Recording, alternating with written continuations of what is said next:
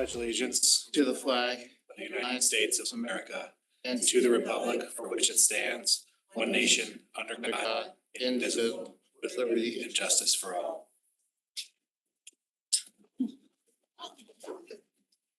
So we'll start with public comment. If we have any, 3 minutes. Can come up to the front, state your name and address. And on topics related to the budget. Yes, the topic related to the budget is section F, I believe. Name, sorry, Lauren Efren, 241 First Street. Dwight, PK President, RLMS, Board of Ed Rep, P-Tech Rep for both schools. I hear about this. The Timothy Dwight Elementary School, Fairfield Public Schools Reconditioning and Testing and Adjusting Balancing Study conducted by Van Zelm, dated June 28th, 2022. In here, it states there are a number of key recommendations that should be implemented immediately since the school is currently occupied. These include alterations to the classroom wings to allow proper quantities of outside air into the building by either installing new windows or new rooftop units. On page 2 of the first appendices, under occupant health, during the investigations, some building occupants, particularly teachers, indicated that they feel noticeably worse within the building and better upon leaving for the day. Symptoms listed include headaches, dizziness, which are both common occurrences when a building is experiencing sick building syndrome. It's not me. This isn't a report. That is 3 years old. That was just made public 2 weeks ago. It is this board's job to oversee the health, safety, and well-being of the occupants of every school in this district. On the very first page of this report, it lists Timothy Dwight Elementary School was deemed to be school priority number 3 by the Fairfield Public Schools and the highest priority elementary school within the district for this ventilation study. I am alarmed that there is nothing listed in section F, building maintenance, for the agenda tonight that lists any improvements at Dwight. And to my knowledge, there has not been any improvements since the study was conducted. We have already had students go to the hospital because that building made them sick. You transferred them out of that school. We failed a family. How many more families are you willing to fail? And students, administrators, and staff in that building, are you going to sit there and say, we can't do anything until the town has made it a priority? Guess what? The town working group is headed by the person whose desk this was on for 3 years. See that line right there? Every single one. Systems failed in all the classrooms. You should all be as upset as I am right now and hold everyone in town responsible for not making Dwight a priority. We cannot wait for them to decide. Is there anyone else?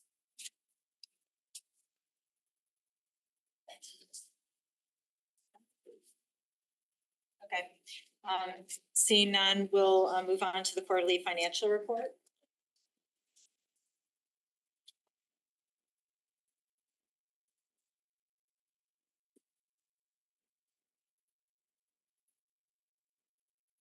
Thank you so much, Mr. Lindsay, members of the board. The board is Chief Financial Officer, and I'd like to provide an update on the financial status for the second quarter of this current fiscal year, 24-25. I'll start with the budget gap. In the first quarter, if you'll recall, the shortfall was $133,700. The gap we project now is $467,000.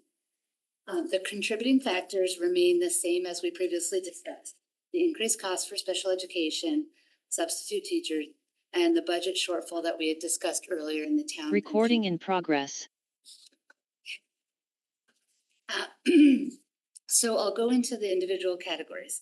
On personnel services, we're projecting $170,000 gap in personnel expenses, which includes the higher substitute teacher costs with a projected gap of $433,000.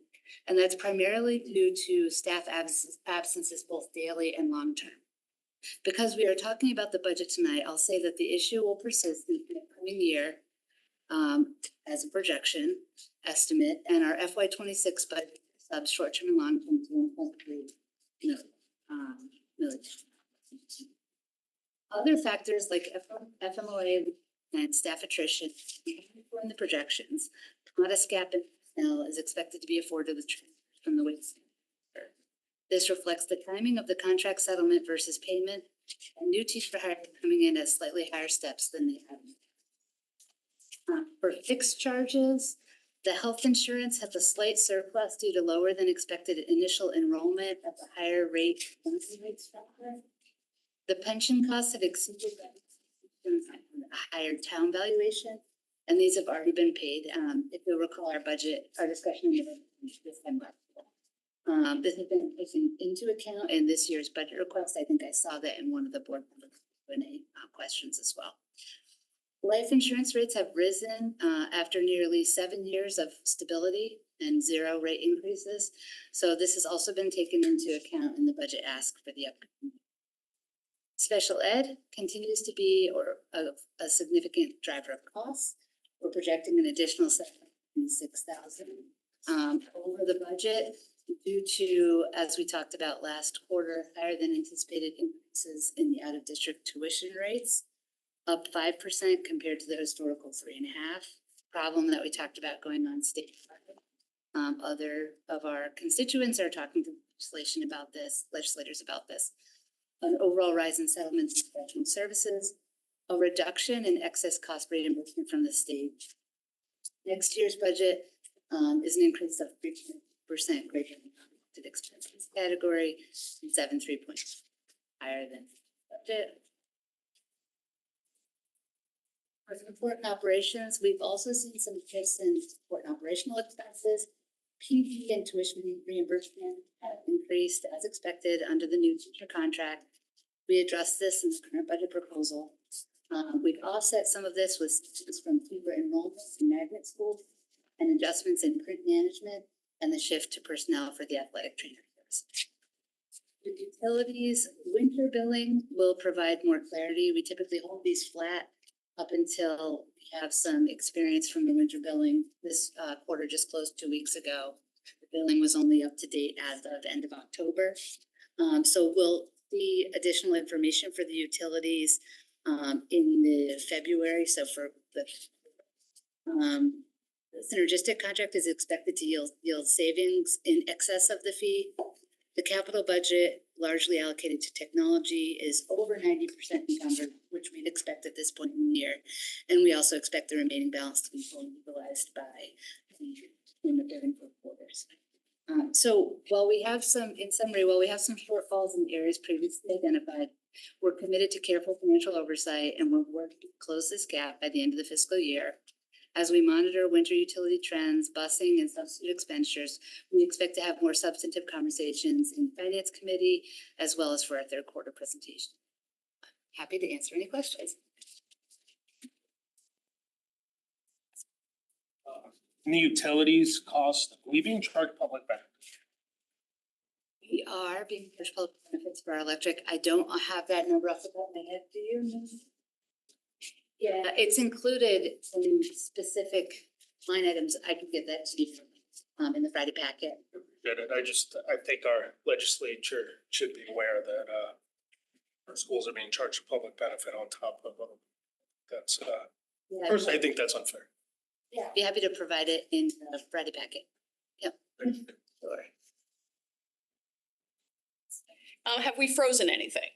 Or do we not feel that we're in a position where you're that worried? We're not in a position to be freezing anything at this point. We'll continue to monitor each month and we'll apprise the board if that becomes this condition before that happens. The one area I will say we are having some concerns about is the substitute cost line. Last year, we had 78 long-term medical/maternity Incidents this year, we're at 67 already, as of the end of Q2. Those are up, and our need for daily subs is up probably about 26-27% compared to the same time last year. Those could level off a little bit as we get into months, but the daily occurrences are up over 800 more daily occurrences, same time year to date last year. Thank you. Mrs. Jacobson, and my apologies to the public and to the board. The RTM just passed the administrative contract. And thank you to Ms. for stepping in. Ms. Jacobson, please. I have a few, so bear with me, and I'll try to point out to everyone where I'm talking about, right on the first page.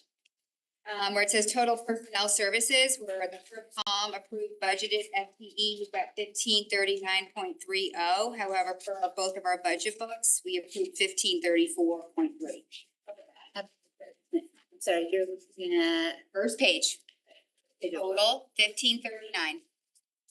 sorry, first page. I'm matching up with. Classification, something of the person. It's total personnel services. Yeah, I understand. Your first page isn't the same as ours. This is what was on our desk. One of three, like the actual big, huge. Okay, so big, it's huge. a statement of account. Yes. I Oh. understand. Sorry, guys, the big thing. Okay. So we said 1534, not 1539. So that's 5 additional FTE that we did not actually approve. Yeah, that is, I apologize, that is in error. There were some errors with the report, that we were, I was out on Friday. They sent this to you, on my behalf. So I did not vet the FTEs. I will go back and make that correction and issue that correction. Okay, so just the major areas of difference for the teaching staff, the school admin staff, the paraeducator staff, the support staff, and the part-time employment. Those were all different than what's in our books. I will address that and resend it. I do apologize. Our reports are being run for this report. Okay. On the second page of that, 2 of 3. Just have a question on the tuition line. We got our appropriation as adopted as 9.196 million. And you're showing the appropriation as still being 9196. But the two total expenditures and outstanding encumbrances and then far over the negative 2.2. Can you just explain? Sure. Are we actually at 9196 right now? For the tuition, we are actually at 9196 plus a projected additional amount of, I think, about 400K. That's why we do this summary doc that includes the additional projection.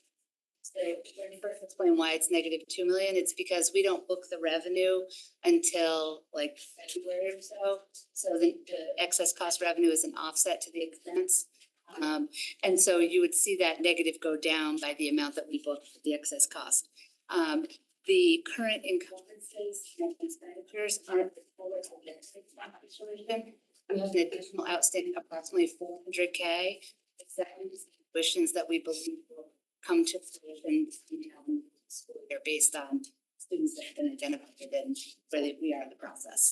So according to this Q2 report, you're expecting us to be flat in tuition. Not flat in tuition, there'll be a negative when you adjust for the,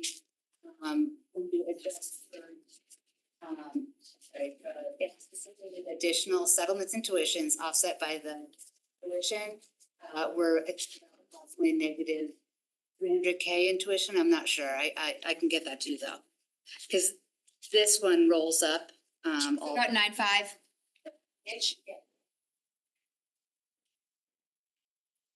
All right, thank you for that explanation.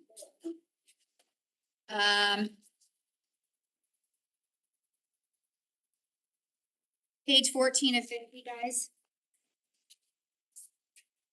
And again, this comes into the FTE. So maybe that's why this needs to be fixed. I'm not sure. So look at 105 school admin staff. Starting with program director of SPED K5, 2.0. And then just go all the way down to program directors of 6.0. That equates to 12.8. However, we appropriated 10.8. Yeah, it's, this needs to be fixed. The Okay, FTE. so we need to get this reissued then, is that saying, okay? I apologize. I will make that correction and get that back out to you. Yeah, no worries. But follow-up. Sure. Sorry, Jackie. That's right. You know, I just wanted to make sure they understand it. So the discrepancy is, and the change will be made to this document, and the budget document is correct? Correct. This document's correct. This is a summary, Okay. that comes directly from you. This is a Crystal report. We're outsourcing Crystal. Is not supported by our IT department anymore.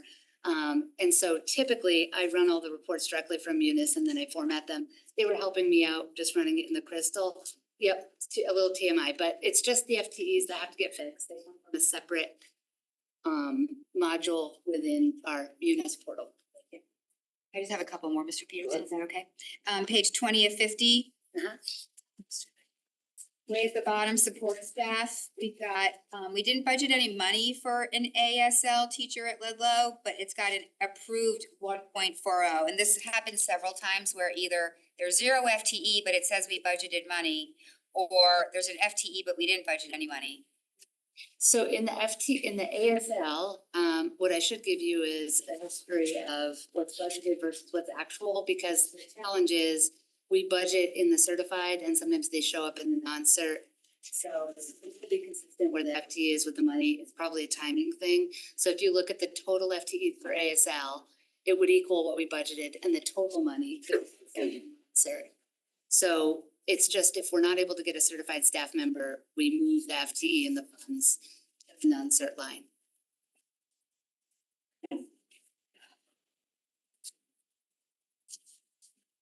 27 of 50. Can you, just because it varies pretty significantly from the budget book. Yeah. 133 staff replacement, can you just help us understand what's going on there?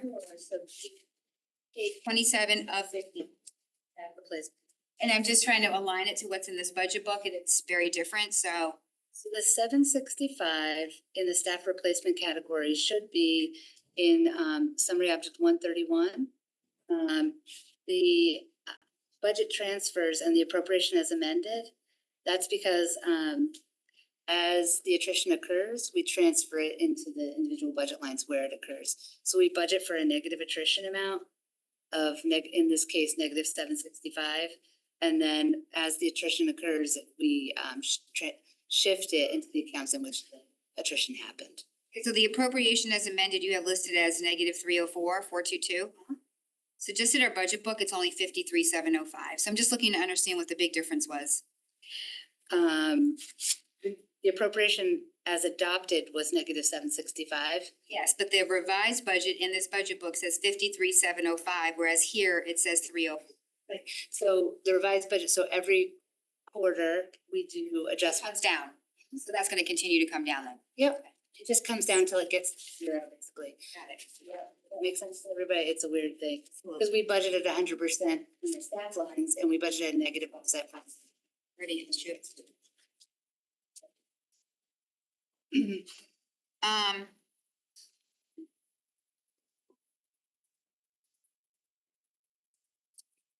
I'm gonna ask just a general question on ECC.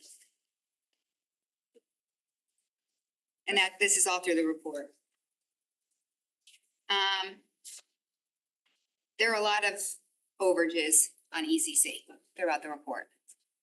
I've got 379,000 plus throughout this report. Over. We get over budgeted. Various numerous accounts, staff, salaries, right? So can we get an understanding of why ECC was so over this year? So I'd have to run just an ECC analysis. I know at least for the paraeducators, it was a right sizing of where they were actually working. So for example, in the past, ECC staff were tagged as in the location they were serving. So Dwight or wherever they were building wise. But we worked with HR to get them tagged as ECC staff. So if you see a difference, I can do a crosswalk for that for you that shows the total ECC budget and where it was transferred from, if that would help. But I don't think it's a true increase to ECC. I think it probably rather represents right sizing and correcting how they're allocated. I just want to understand that between the appropriated and the revised in this report, and that could be something that's separate, so just wanted to look to understand that.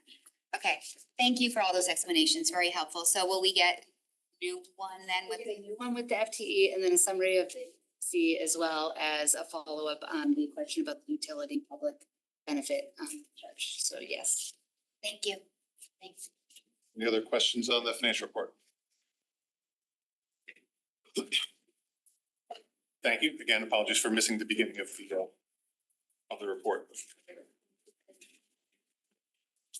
Right. And now it'll be time to move on to, drum roll please. Item 5, discussion of the superintendent's recommended 2025 to 2026 budget request. We'll go with discussion of outstanding questions. We are meeting on the 14th. If anyone has talk about follow-ups.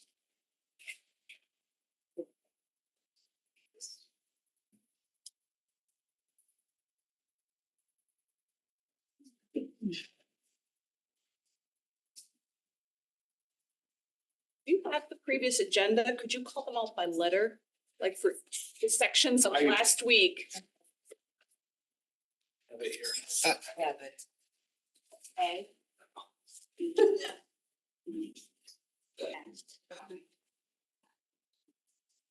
Oh, wait, no, but these are in letter order. Well, Oh, sorry. I mean, I have the ones for tonight. I was prepared for that. Okay. I think this was, we're gonna go not necessarily need to go section by section, the follow-up questions. But if there were ones that people want to fall out and ask you those things. Okay, here. If I call out one that's for tonight, Oh, we'll Then get to just tonight's yell at me. stuff later. so I got a one. Should I wait?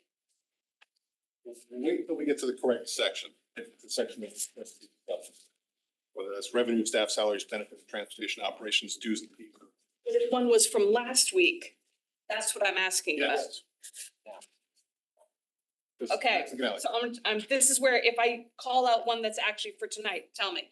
So A12, the answer to Mrs. Guernsey's question doesn't jive for Mr. Taddy with what we were told last week, where it says we do not have any new devices for grades 4 and 5 in this budget.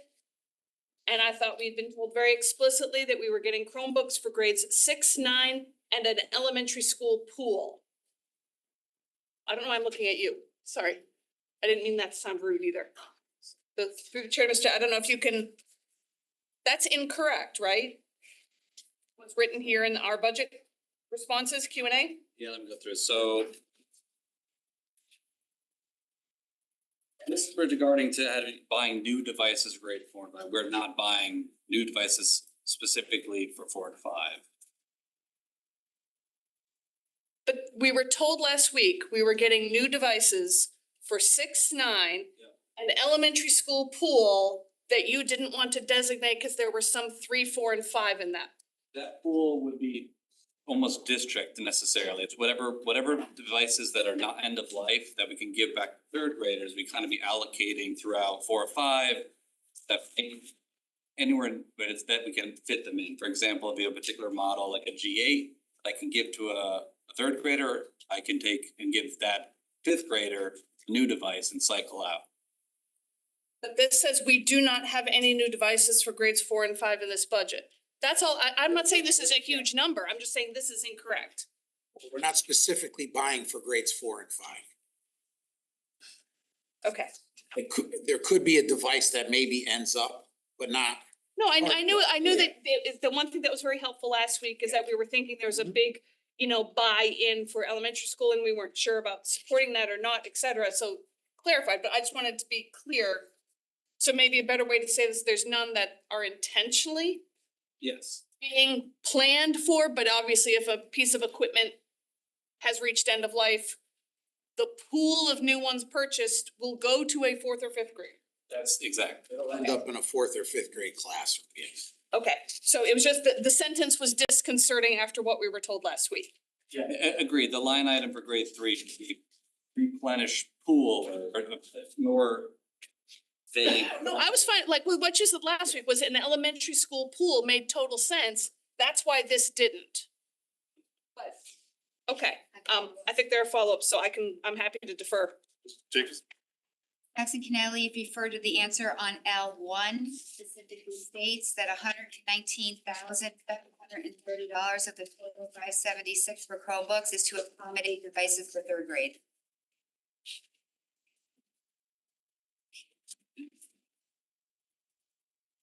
L1.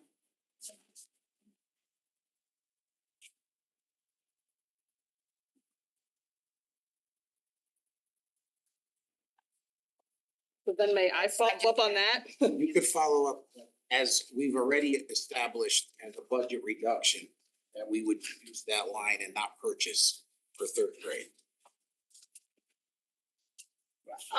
Which I appreciate, I still wanna know need before, I'd love to just Yeah. say, hooray, we're just gonna cut some technology and get kids some books and talking face to face, but I know that we also do have district needs, so I'm not looking to go right out and cut 119 until I'm sure that that's not gonna leave someone short because of something in the curriculum or IEP or anything else. No. But We have enough that would recycle back down from grade 8 that we would be able to do that. okay, But But- that is an area that we are hoping to reduce as part of any reduction to the budget, gotcha. is that 100 plus. Okay, so then I'll just wrap up my follow-up with, once again, should that 119 be considered elementary school or say we weren't gonna touch it? Yeah.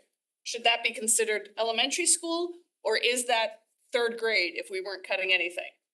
I think the word elementary would probably suffice more, but again, because we're pulling for the whole district, I don't think it's fair to point it at a particular grade or level. Well, we didn't write these. I understand. So as your introduction to all of this, especially for people like myself, this is not my area of expertise.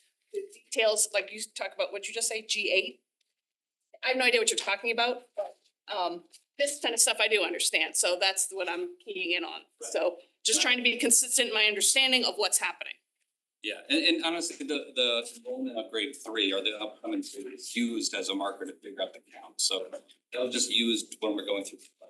Breaking down how many devices we needed, because we need to allocate or accommodate, so correct that using the word grade 3 is probably not the right terminology for it. Thank you. Sort of a follow-up, because I had asked a lot of questions about this issue, and the spirit of what I was trying to get at was around this discussion of, do we need to have one-to-one devices? So I'm trying to understand, when I talk about servicing the students in 3 to 5, even though the purchases that we're making suggested in this budget are minimal, the purchases are really at the grade 6 and 9 levels. So is it the 12th grade devices that circle back to the third graders, or is it 8th grade, or both, or like which ones? It's all of them come back, get inventory, decide which ones are still viable to be recycled or used in other locations. In general, it's been a mix between the 8th graders and 12th graders, machines, and some of the 5th graders brought back to 3rd grade or recycled into carts for certain classroom carts like K through 1 or K1 and 2 have carts as well that have devices. So we generally are putting those ones back because they're in carts, so we don't have to worry about the battery as much. Things that start dying over time, we can get a little more life out of it. So I guess the follow-up question is, I'm thinking about the use in 6 through 8 versus 9 through 12. So you have 3 years versus 4 years. Is there some flexibility with the replacement for those middle school Chromebooks that like essentially could have an extra year if you're on a 4-year cycle, right? Like what is the thought process? It's a fair thought process, because those devices generally are the ones that we are able to keep. The ones that they're going, the students going to 9th grade, their devices have a little bit more life left than say a senior for those devices, but it really depends on the exact time that they got the device. We weren't giving the exact same device at the exact same moment. Some kids throughout the life cycle of having the device in sixth grade, by seventh grade, they've got a different device because they broke, lost, needed repair, cycled out devices. So it's not fair to say that it's the exact same device for every single student that's handing back to us. Next year's eighth graders will be the first class that got them in sixth grade, where we started 2 years ago, all sixth and all ninth. Prior to that, it was replacement based on end of life all over the district. We tried to make it uniform to make it a consistent purchase annually of sixth and ninth. Is now a good time to ask continued questions about this Chromebook since we haven't got it? Or should we wait until they follow the other questions about the cards, about the, I mean. If you have follow-up questions on things that we've already discussed, this is the time for that. We have a follow, I think there's a secondary question. I mean, is it okay if I jump in and ask a cart question? So in terms of the carts and the investment we'd be making in those, or that's recommended, what is the reason that, or am I to understand that they're stationary and they cannot, the carts cannot be moved? They have wheels. They Yes. can be moved around. And they actually do, in some scenarios, actually do get moved around.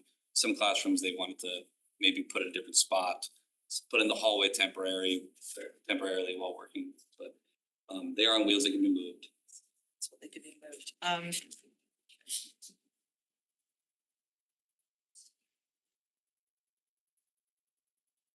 That's my last question about that.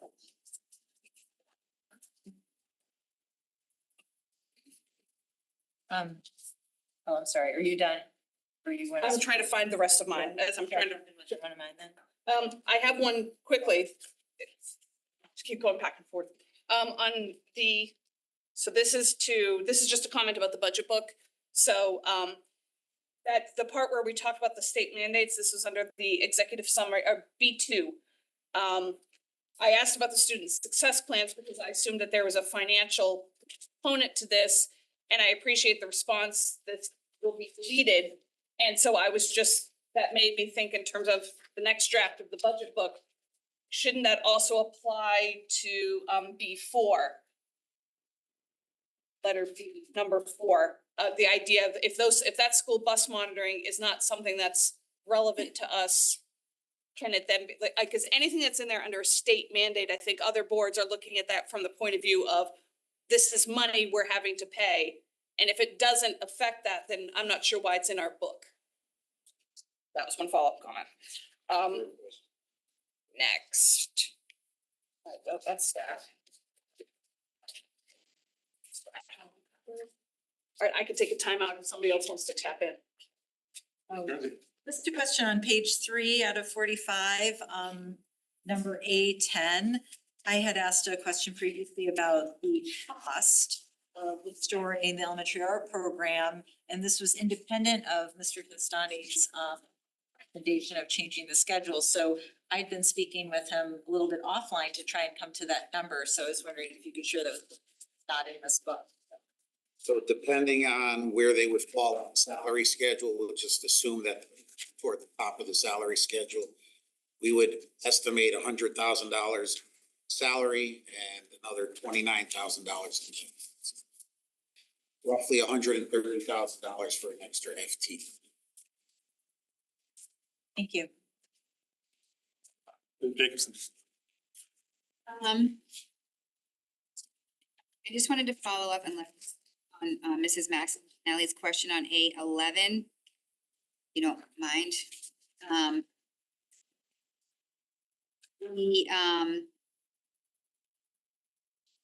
It says $60,000 over for the current budget for these individuals with a reduction of 1 staff member. However, I believe it's 2, right? It's 2 less. We have 24 now and it's going to 22. Who's answering that question? We have 24 total right now between interns and the 1 resident, and this is going to 14 interns and 8 residents for a net reduction of 2 bodies, so to speak.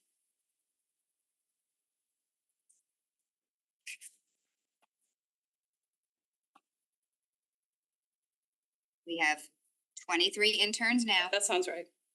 and one resident for a total of 24. We went over this last time. This is funding 4 interns and 8 residents. We got 2.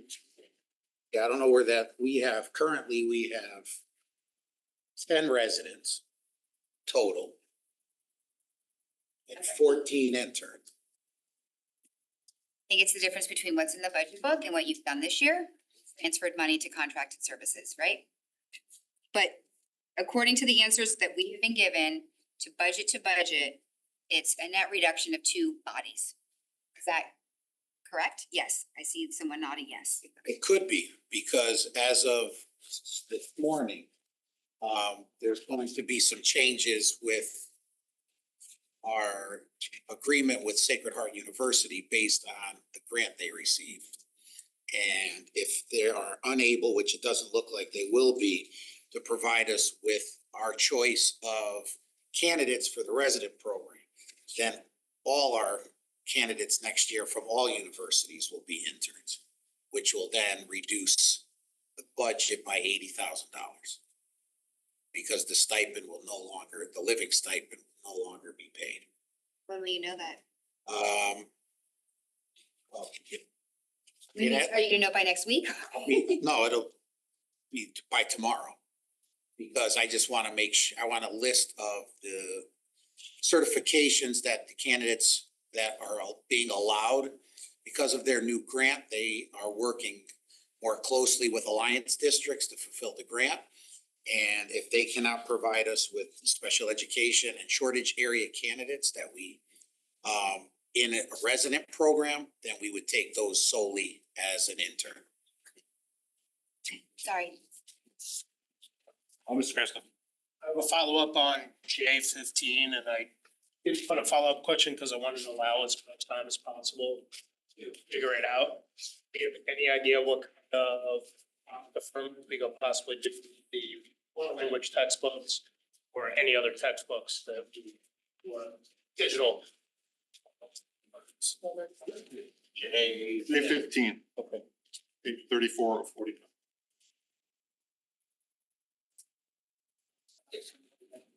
Academic officer, the response there, just looking at what the, I'll call it contract, but what the quote had said, physical textbook cost about $380 out of that.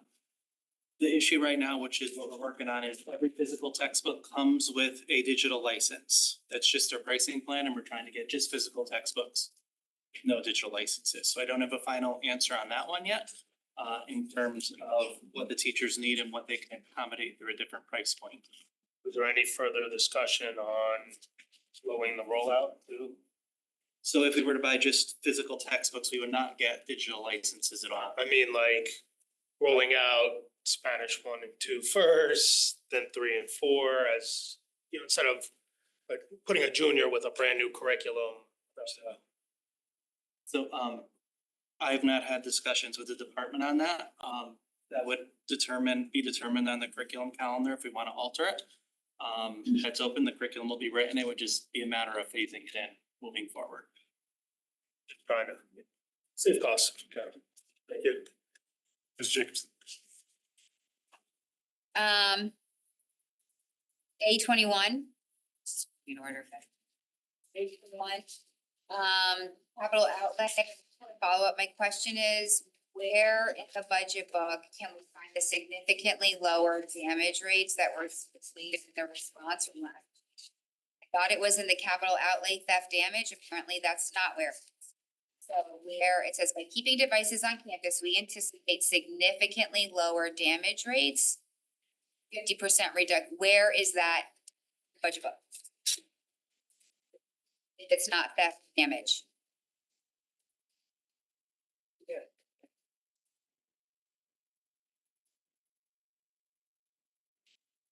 I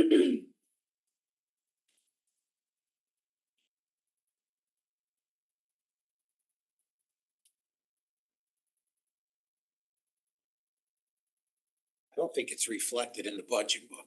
Is it savings? I think we'll have to see after the rest of this year by not sending the Chromebooks home every night. What that looks like in terms of our inventory at the end of the year. We we did not discuss. I mean, I think we're hoping for, but it's not reflected in the budget book that. It's because it just talks about less transport means Right. fewer drops and accidents. Yeah. We must track how many damages, we do Yeah, track in all in that. general, the supply budget was lowered, knowing that the parts that we're gonna have to purchase will be less next year, but it's only the additional 2 grades we'll be adding with the carts. So my first answer was related to the fact that if we had charging carts for 4 and 5, that the damage amount would be lesser in the elementary levels, but it wasn't reflected in the budget book. So there's no offset to the purchase of the carts for the less anticipated damage Well, in the budget book. right, and it is not correct. That's all I wanted to, I just wanted to get clarification. Follow up on Ms. Jacobson's question. So I'm just curious, when we talk about like these incident rates, right, which we don't know because they'll be on the cards, are you factoring into a certain extent, like the number of students that now in grades 3 through 5 are taking out insurance? Or would you make an assumption that they wouldn't take out insurance if they're not taking it home? And then what is the liability in our district and how are we covering that gap? Or is it so small that it doesn't matter? Like, how do you factor that? I think it's fair to say that most parents wouldn't take out the insurance. There's a card, we are signing the amount of the students, so it is their liability in between classes that they were to break it. But the factor that is very low. The breakage rate at the elementary levels is very low. But on top of the fact that the carts and the batteries not dying over time because they're not being left unplugged, that's another big factor. There'll be, the savings will offset the insurance that we would get back. Elementary is not a concern.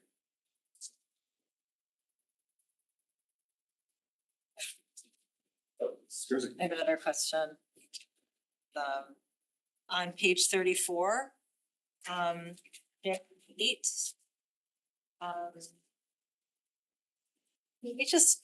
Can we talk a little bit about these snacks? And I'm just wondering, like, I'm just thinking about the offset, like, for the snacks for the preschool, $40 on snacks. Like, just give me a little context for that, maybe like, with snacks, why isn't the tuition covering the snacks? Like, what is this about? This J8. Just trying to understand the whole snack thing, like, I mean, what else do we provide for? Is it just preschoolers? Did we just start this? It's been around forever. Good evening, Rob Mancusi, Executive Director, Special Education. Yeah, $14,000 of that $17,900 expenditure is to cover the snacks for the preschool students for the year. Across three sites. Yeah, no, I think it's all. Is this new or it's? No, it's not new. It's not. But it wasn't covered before. It shows it as. I think one year we failed to. So last year it wasn't in the budget, but now it is, and that's the additional 14,000. And is there any thought about why we don't have the tuition offset that? I mean, how many people pay for their own snacks? I don't know. It was no thought. We just budgeted for it because we forgot to budget for it. At the other levels, and is it part of like their educational experience? Cause in kindergarten, they're bringing their own snacks, and learning. Yes, it's part of the social interaction, the language development activities. Your voice is dropping, Mr. Maker. Yeah, it's part of the social interaction where kids can request and yeah. Follow up? Yes. So this is in the supplies, texts and materials area of the budget. $14,000 to cover snacks in all ACC classrooms. That, I assume that includes the ones that are going for a couple of hours in either the AM or the PM. I will check on that. I think it's all, it might only be full day, as Mr. Testani just asked, but I will check on that and get back to you. But I know we did budget for snack.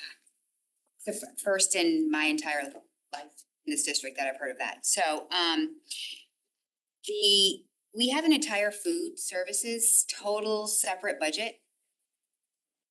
We don't talk about until June. Nutrition pricing, the meal pricing and all of that. There's buckets of money in that account. Why is that not being handled through our food services accounts? I don't know the answer to that. Okay, so I'll ask it a different way. Can it be accommodated through the food services account? I ask Boreas, I don't see why not. Laborious, can you clarify if that would be a possibility? We will, up to the table, so we will certainly look into it and make sure that that is answered before next week. Okay, the other thing is IDEA Part B and some of the other funding that we get, federal funding, whether it be, again, the food or some of the other funding, is that not an area that some of that can be covered in? Well, but I don't know, we'll have to look at the eligibility for IDE Part B, but food Absolutely, I food understood. service, yes, there's just some rules and regulations that we will check on and have an answer for you before Friday's packet, so we'll. Yep. I just have two final questions. The next one was E10. And this is, I asked, submitted the action, I didn't submit the question. My follow-up was regarding the impact program. Sorry, I probably should have said this before you escaped the table. And first of all, I was fascinated to read how Ward has purposed the staff, but there was no, nothing about FTE. So with what Ward is doing differently, making this house-based as opposed to a standalone program, was there any FTE difference? No, they're just utilizing the FTE in a different way. They're using a tier 1, tier 2, tier 3 approach. So the IEPs as written for impact students prior to this tiered approach are being implemented as they were written. Students are now still getting their daily group.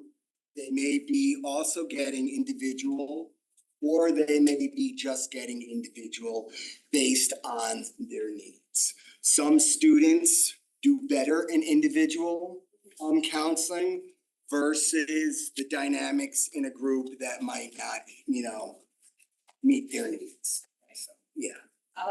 So we talked about this at the end of last year with Ward, and we also talked about this with the Ludlow staff.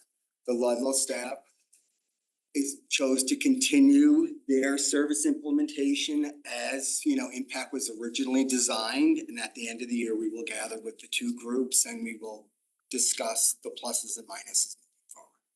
Thank you, and thank you for this detailed answer. Obviously, my first thought right now was that this may have been a more efficient approach and therefore maybe some form of reduction, but there's nothing. But regardless, obviously interested to hear what the decision is in June going forward. So thank you for that. Then my one other question was J5. Category that is. Back to supplies. I'm just repeating this. I'm sorry. I know I hit this on the head last time, but when we're evaluating, this is in the far column on J5, that the response to evaluating Magic School's impact, just want to put staff on notice that student engagement when it comes to technology does not ring bells for me at all. You throw a machine in front of them, they're engaged, and that's not equating to learning. Again, a lot of research out there that it's not. I'm not saying that that'll be the case here. I'm very keenly interested in the learning outcome data, absolutely. Student engagement less so. But again, unless that can be phrased or. Yeah, I think it needs to be phrased differently because I do agree with you that engagement means different things to different people. You can walk into a classroom, everyone's quiet, they all have something that doesn't mean they're engaged in the learning. Right. So They could be watching a YouTube video. you or sleeping or reading, they're not engaged, correct? I just wanted to make that comment only because it was, excuse me, included in the answer. So since it's something we'll be undoubtedly asking about next year as how did your evaluation look and everything? I just thought it'd be better to say it proactively. And that is it for me. Thank you. Mrs. Guernsey. Just a question, page 2, page 7. Curriculum.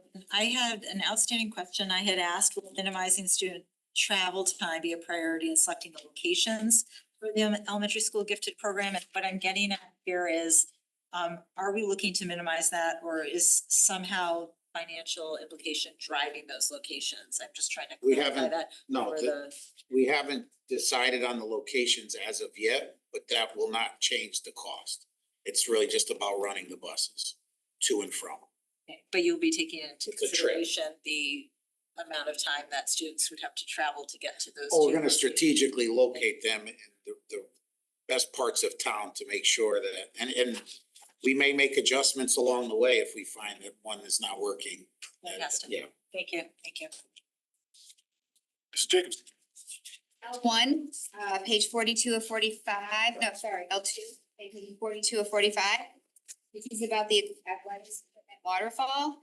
And if you see the budget book, 181 and 182, I asked about, in the budget actual detail, each of the high schools, Ludlow and Ward, were given $20,000 for athletics equipment for the waterfall.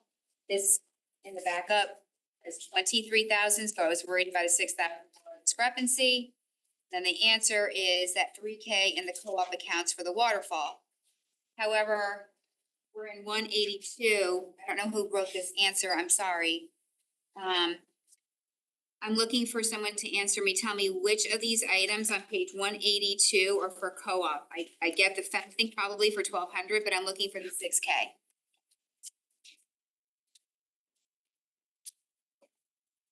There were 2 errors, so the 6K is not in co-op accounts. So in fact, it is 3K short, so they did ask for 23, they were given 20 in this budget, so we need to identify the additional 6K if that's to be. Identify what? 6,000. So I was right that's okay. However, the fencing scoring of 1,200 at Ludlow, that should be up in the co-op because fencing is co-op. On the sports line, Yes, if you go to 182.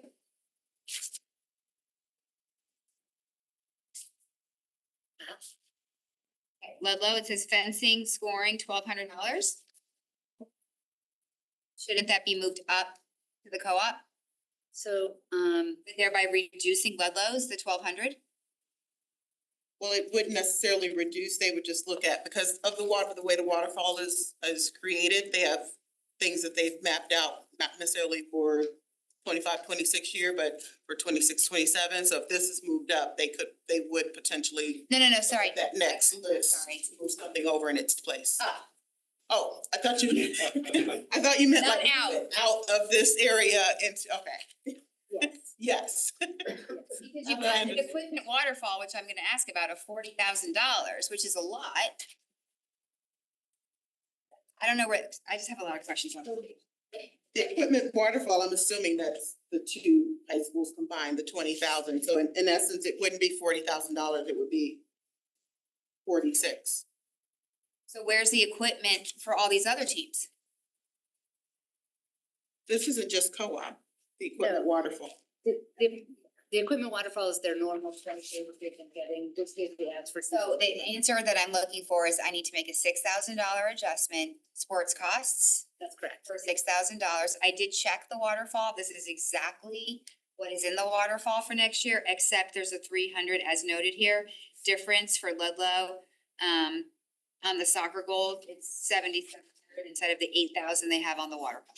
So that was a little, everything else is. So in order to stay on track with the waterfall, Correct. you would have to make the $6,000 adjustment, 3,000 for each high school, or they fall off the waterfall. In other words, next year becomes impacted and so forth. That's correct. Correct? There were additional modifications that happened after the budget was what was presented or prepared, which was Mr. Chastani, a ski team, but we hadn't reduced it in the budget yet. That we were reducing potentially, I believe, from the co-op program. And it wasn't that we were taking it out, it was that it was more, we could get a more affordable price. for the rental? Is that what? I don't remember. Okay. We just get a follow-up Yeah. on this 23,000, what's happening? I'm happy to make the amendment or the adjustment and see if there's support for it or not, because I worry about the out years then, if we don't do that. And we got on this waterfall for a reason, right? But if there's some new information that we're missing, could that be one of the follow-up items? Yeah, yes. So, and just to be clear to the public and to the board, it was new that we created the co-op account. We shifted funds from the various high school services, yeah, in order to capture all of the new co-op examples. That happened a little bit when we were developing the budget. We will go back and make those adjustments and send anything back out to the board should we need to. But yes, it But looks it like. didn't come from instructional services, it came from their sports costs.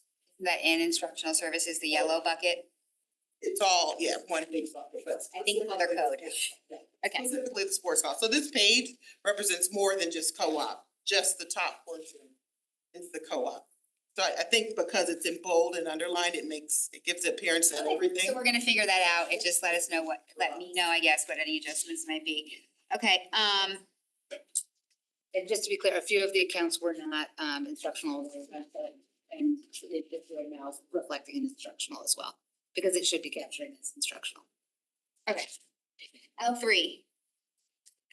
Library at Walter Fitzgerald, I'm not, again, sorry, this printout doesn't show who answered the questions, so I apologize. Does this come with a cost, or are we just sending over materials to Walter? Well, we haven't identified how best we're going. And what we're gonna do in terms of whether we're gonna do classroom libraries. But it will come out of the instructional line. So in other words, we don't need to make an adjustment for that? At this time, I don't think we do. Is it to pull resources from the libraries or? what Yeah, it might be, yeah, or- yeah. And we're gonna work, again, I'm gonna reach out, it's on my calendar to reach out to Scott at the public library as well as our folks here within the district to see which is. We have a really strong new English teacher up at Walter Fitz that we'd like to bring her in to see if she has any suggestions on how best to do this. Ms. Mexico? Just as a suggestion, since we're gonna turn soon to revenue, I mean, there are grant programs to get, Donors Choose is a really popular one right now, and it's gotten great results, and for this kind of a need, I think that whole thing wouldn't have to have a budget impact. It's not that I wanna rely on an outside source, but I can't imagine we couldn't get a grant to support this. Agreed. But I'm glad that you brought the issue up, because obviously it'd be nice to fulfill that at Walter Fitzgerald. Mrs. Guernsey? Thank you. I have a question, page 35, A3. I'm just really unfamiliar with some concepts when trying to follow this saga, and what I don't understand. I mean, maybe it just needs to be like down for me, but like, we already have a contract with them? Is this contract for $2,000,000, something that we, but I don't know. It's an element for tonight's questioning. So we Oh, can- I'm sorry. Okay. No, it's okay. We had a follow-up question. You're right. Okay, never mind. I'll hold on that. Jacobs? One last one, 1110. Just to be clear, yonder pouches are not in this budget, correct? Correct. Okay. And then, sorry, that's it. Thank you.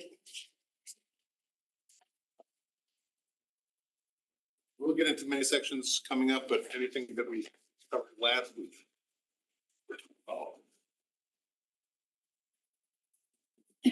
Last week.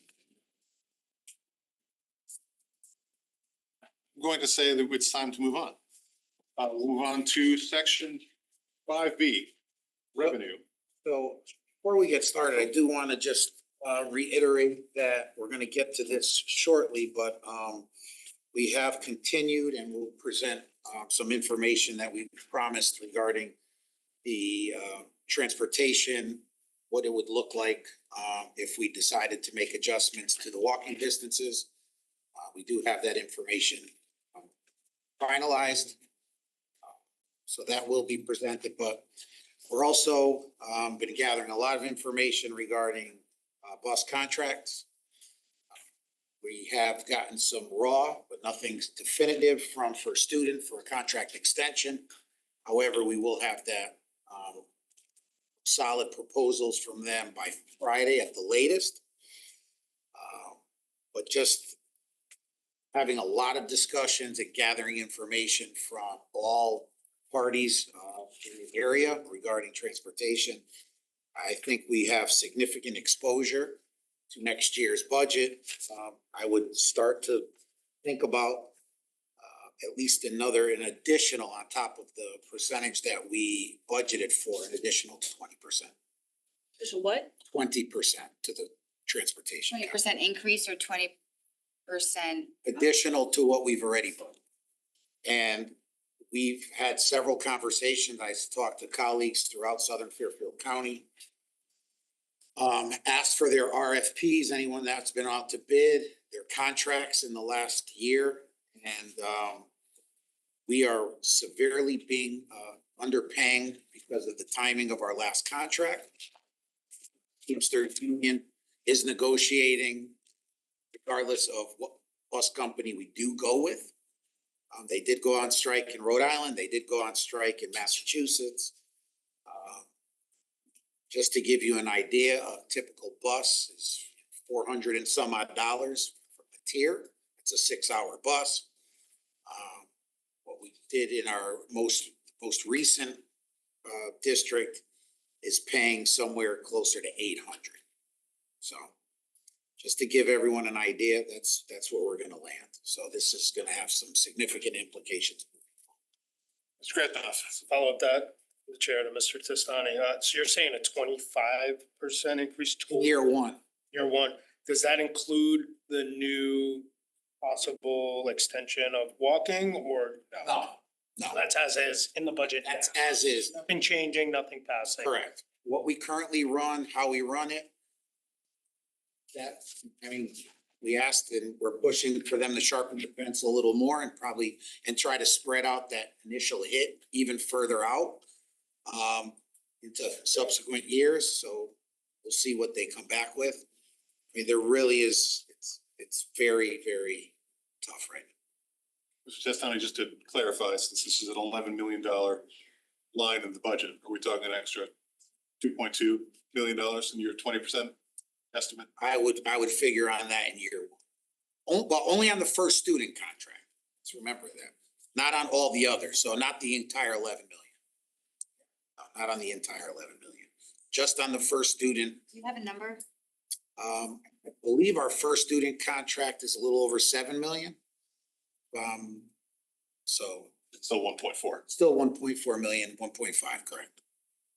Mr. Lee. And there's no way around this. I mean, the other option was just do a 1-year extension and go out to bid, but I don't think that's gonna buy us any more savings down the road, and that increase, we were told, would be 40%. Just clarifies, when it comes to the contract, that means pickup, drop off, does that include field trips and taking teams to sporting events and bringing home? Charters. So the charters would be additional. Do you see that, the charter rate going up on top of that too?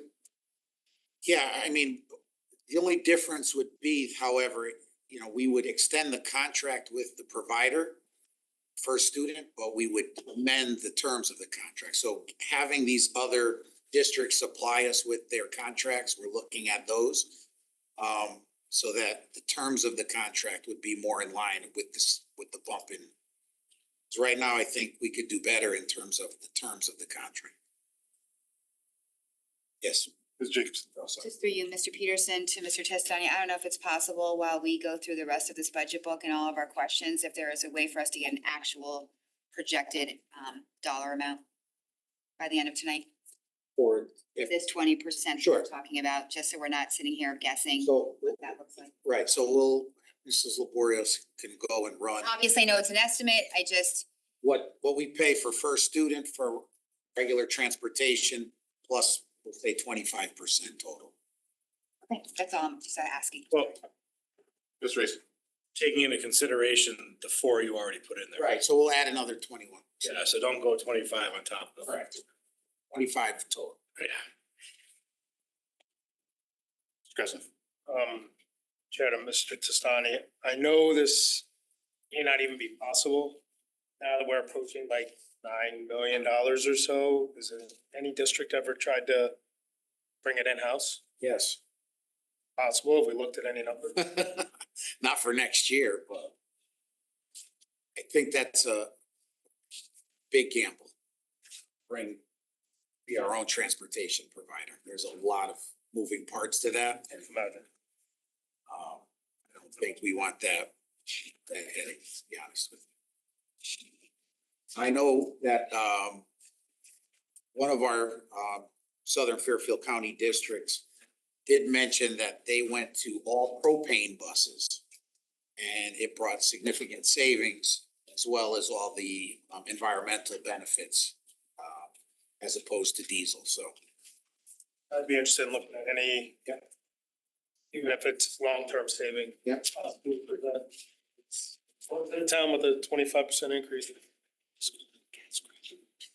That is what it is. Yeah, I mean, that's the danger of having an old contract that we are far below. And Teamsters have advocated for their workforce to get not only better compensation, but also ancillary benefits like 401k and those kind of. Mr. Asa. Yeah, I know we're supposed to be on revenue, but I just wanted to make one comment though. That while we're far below and we have an old contract and everything, this is not uncommon. There's a lot of districts that were like us, right? And Oh, no, that's what I'm saying, having discussions. they're all seeing this, so it's not like we're a unicorn here and that, you know, we did anything wrong per No, se. no, It's not at just, all. it's the nature of the beast right now.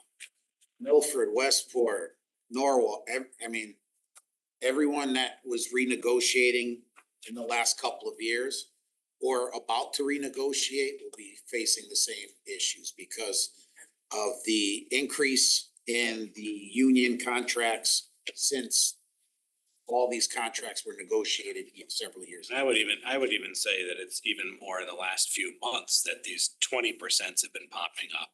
That yeah. It's not like we knew a year ago to expect 20%. I mean, this is as of late. I mean, they're popping up here and there. They're in the news. Year 2 is not gonna be much better. It would be somewhere in the teens.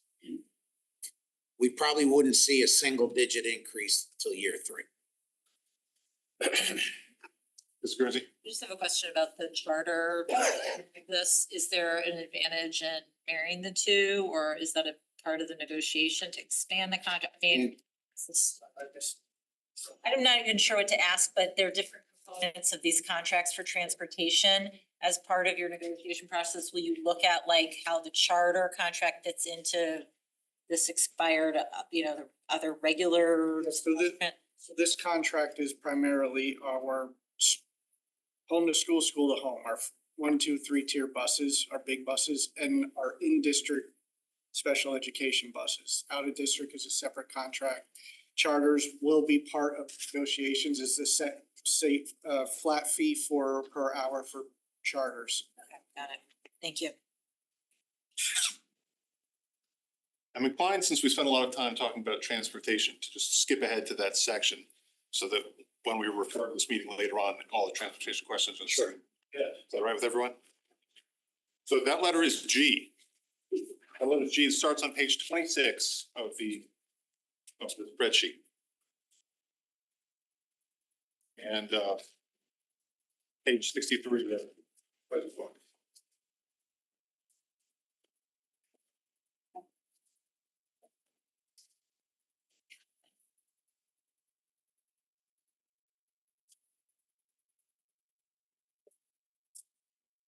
Ms. Maxon Kelly. So question G11 provided a lot of information, but with no actual dollar amounts. And to do something like this in the district, which I think we were all signaling we were willing to do this as it seemed to be a reality, is not only provided no money, but then the bottom paragraph of the center response started to sound a little dicey on this being a good idea at all. I appreciate the answer to my simple question that getting an intermediate number was not of value, that it's either go with the state guidelines or stay with as is. But is this something we should be considering, or obviously we'll decide that, but what are the dollar amounts that we're talking about here? So I'll tell you, the reason there are no dollar amounts there is because Even if it were dollar amounts with the current Yeah, budget, the that's what I'm saying. 2024-25 budget, Right. what would be the savings? 63, right? Sorry. there's a lot. 863, yeah. There's a lot to play in there. So our current routes, this is our current route for transportation for our students.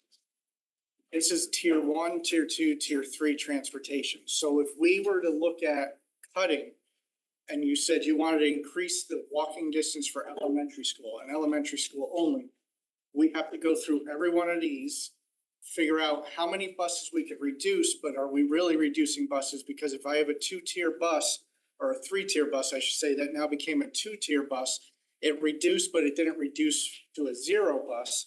And also just the opposite, if we expand the high school, maybe that's a 1-tier bus, but now it's a 1-tier bus, but I also have to put a second bus on the road to cover tier 2 and tier 3 for that bus. So there's a lot to play to make those numbers come out. That's why it's very, It probably has to be all or nothing. In terms of. I understand, but I think we were willing to talk about all. And I want to say for the record, Mr. Asa assured us that it was a machine doing all of this work, that the technology was doing this. This is not you crunching. This is the machine part of it. Now, we would have to sit through every one of these routes to confirm it's a 1, 2, or 3. We also have to sit and go through that. This student is at this address, and it's unfortunately, this would be a cut student. And within the mileage, not a problem. However, this student crosses Black Rock Turnpike. So for safety reasons, we would reduce that back to a riding position. So we have to go through and feed those manual set points that we in a district have. We know this is done in Cincinnati. They don't know what Black Rock Turnpike is. So we have to sit and look at and evaluate theirs for a safety look, different lenses to see where we are on that. One thing that did come up in this is the Mill Hill. I would definitely recommend we look at that. Look at what? The Mill Hill is 100% bus school. Right. And we can reduce that and put if we go with the town standard for walking distance, add that into the district, or even if we go with the further for the state, we put that into the projection. So you're saying going to the state guideline for a single school? No, whatever we do for the entire district, we should do for Mill Hill. Right. As opposed to having it a 100% bus school right now. Well, I have to admit, I don't understand for that school in particular why it is all bus. It has sidewalks. It does have sidewalks. It's had quite a few sidewalks put in the last couple of years with some new developments. Right. It was way before my time that it was decided that it was a 100%. I did reach out to some town officials to find out if there was any guidance or feedback on that, and it seems to Just kind of grandfathered. Yeah, kind of grandfathered in. No one really looked at it, but I do believe working with the engineers, for the town engineers, there's reasonable argument to make this a walking school. I think I can do one question, then cede to everybody else. But so essentially what you're saying is that there's a lot of work to get us the dollar amount. And I'm not saying this is a bad thing. The staff didn't want to do that dollar work until the board signaled we're committing to it. Yeah, we've heard some different sentiments about maybe we change the elementary and leave the middle and high school, or maybe we change it. So it gives us a more of a focus of what we're looking at, and to run all that and then decide, okay, we're gonna change or let's look at elementary and not middle school or high school, then we have to rerun the Gotcha. entire project. So you need clear directions. Their directions, we'll be happy to run. Okay, thank you. Just to be specific, probably no scenario under which we can have a number for you on any given scenario by next Tuesday, a budget vote. Is that correct? Told me tonight that you want to know if we go with all three, State maximum. we will put that best effort forward to have that before the end of the day on Monday. And actually, I apologize. I had one other transportation question. And I don't think this is for you. Sharon. So on, it's G13. It's regarding the pre-K. Can I follow up on that one before we move on? This is a very, very quick question. So the transportation G13 pre-K tuition line, which reads 150K, but on page 144 says 270, and I just wanted to know what I was getting wrong. 150 plus 150, I apologize, that was me. So it's 300K projected, pre-K tuition, total revenue. So it's, Total revenue was 270. we were reflecting a 30K increase in year when we looked at the actuals for this year. So the original was a projection based on where we thought the kids would fall. So we didn't know how many would be full day, how many would be paying versus unpaying. We saw an increase in the number of paid students and paid at the higher rate. So it's closer to 300K, and that's reflected as an offset to the expense in the budget, in two of the budgeted lines. One is on the sped bus line and one is in the general transportation bus line. Okay, so that on page 144, it should say 300, and this 150 on page 63 is, Half of it, then the other half is down below. You can't see it that well, but you see 150 and then seeing it would be a good thing. the additional pre-K offset is listed in italics at the very there. Is the board, just one note, some board members are having difficulty hearing you at this end of the. Okay, I do see it. You see it, okay, so. Thank you. I'm done. UPK revenue or pre-K revenue projected to offset the transportation. Stress on. Back to the previous thing, the distances and the walking. Not sure if this was looked at, but would it help with the tiers?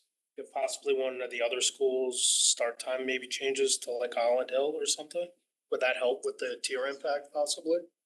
It doesn't really, because Holland Hill just makes it a tier 2 school, so we could change the tiering on it. Even if another school became a If tier it's 2? one School, then we have 2 elementary schools as a tier 2. It could help slightly, but probably not worth running through the numbers on. This is the minor. Fair enough. I just figured maybe there was some like very heavy walking schools, like I know a few. Maybe changing the start time because they only have a few buses running. Maybe it would help the impact. I don't know. Just thought. Teresa. Sorry. With regard to this still on here, you know, I would very much be in favor of finding out what it would be for an all-in scenario. I think monkeying around with different levels and whatnot is futile. But I just want to caution on comments about Mill Hill. We say make that a walking school. That doesn't mean it goes from 100 busing to nothing. No. It would be a small percentage that could then become a walking area, because I would still say the majority of Mill Hill is not walkable for elementary kids. We would look at Mill Hill and use the same criteria we do for now as you are on the safety committee. So anyone that would be outside, within the walking distance, we would evaluate for safety concerns prior to setting up. And you think you'd be able to include that in the work by Monday? Maybe not Mill Hill exactly, but there are other schools. I just want to make sure that we're not over promising the board, because I find it highly unlikely that we're going to be able to get through all of that with definitive numbers by Monday. And that's no disrespect to anyone on your staff. I'm just trying to be realistic. And it's okay to say, no, I can't get it. If we're looking at one scenario, I believe we can accomplish that. If we're looking at multiple scenarios then it will not happen. I think it would be safe under a new contract that if we said that we were gonna get a reduction of, say, 10 buses off the road. At what pricing that we've seen in other towns, and Westport uses First Student as well. we could see conservatively at least $1 million in savings off of the increase. Probably more, but I don't want to. Yeah, play it conservative. Mr. Guernsey? I was hoping just for clarification for the public, if someone here could speak to what the state guidelines are for high school, middle school and elementary school, so everyone understands what we're talking about, the increase in walking. Sure. Especially I mean, personally, I'm concerned about our older students. Elementary would go, we're currently at 3/4 of a mile, would go to 1 mile. So a 1/4 mile increase. Middle's at 1 mile, it would go to 1.5 miles, a 1/2 mile increase. And then high school is 1.25 right now, it would go to 2 miles. That's why I'm saying I don't think we'll get all the high school reduction that we think, because given the square mileage of our town, 2 miles out, I think we'll start hitting a lot of those major roads where we're gonna get Black Rock Turnpike, Kings Highway, Post Road and those things with walking. So I don't think we'll get as many. That's why I think if we can get 9 to 10 buses off the road, let's be pretty happy. Mr. Krasnoff? That was gonna be my follow-up. I personally have no interest in the high school. I think it's work that won't show much fruit. My personal. I mean, you may want to go with high school to the same as middle school if you're gonna go to 1.5 miles. Go to 2 miles that's a lot. It's a stretch. Especially this morning. Ms. Jacobson? I'm staying on this question. Can you, on page 63, I'm just trying to go find these numbers on this page where it says a reduction from 35 to 26 runs, tier 1. Can you tell me where 35 is? Because for tier 1, I don't see 35 anywhere.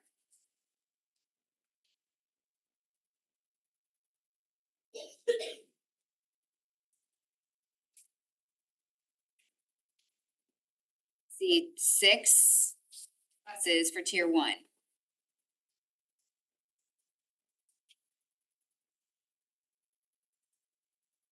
Sorry, the question is for tier 1, where The answer says a reduction from 35 to 26 runs on this sheet. I'm trying to find out where you're showing me 35 on this page.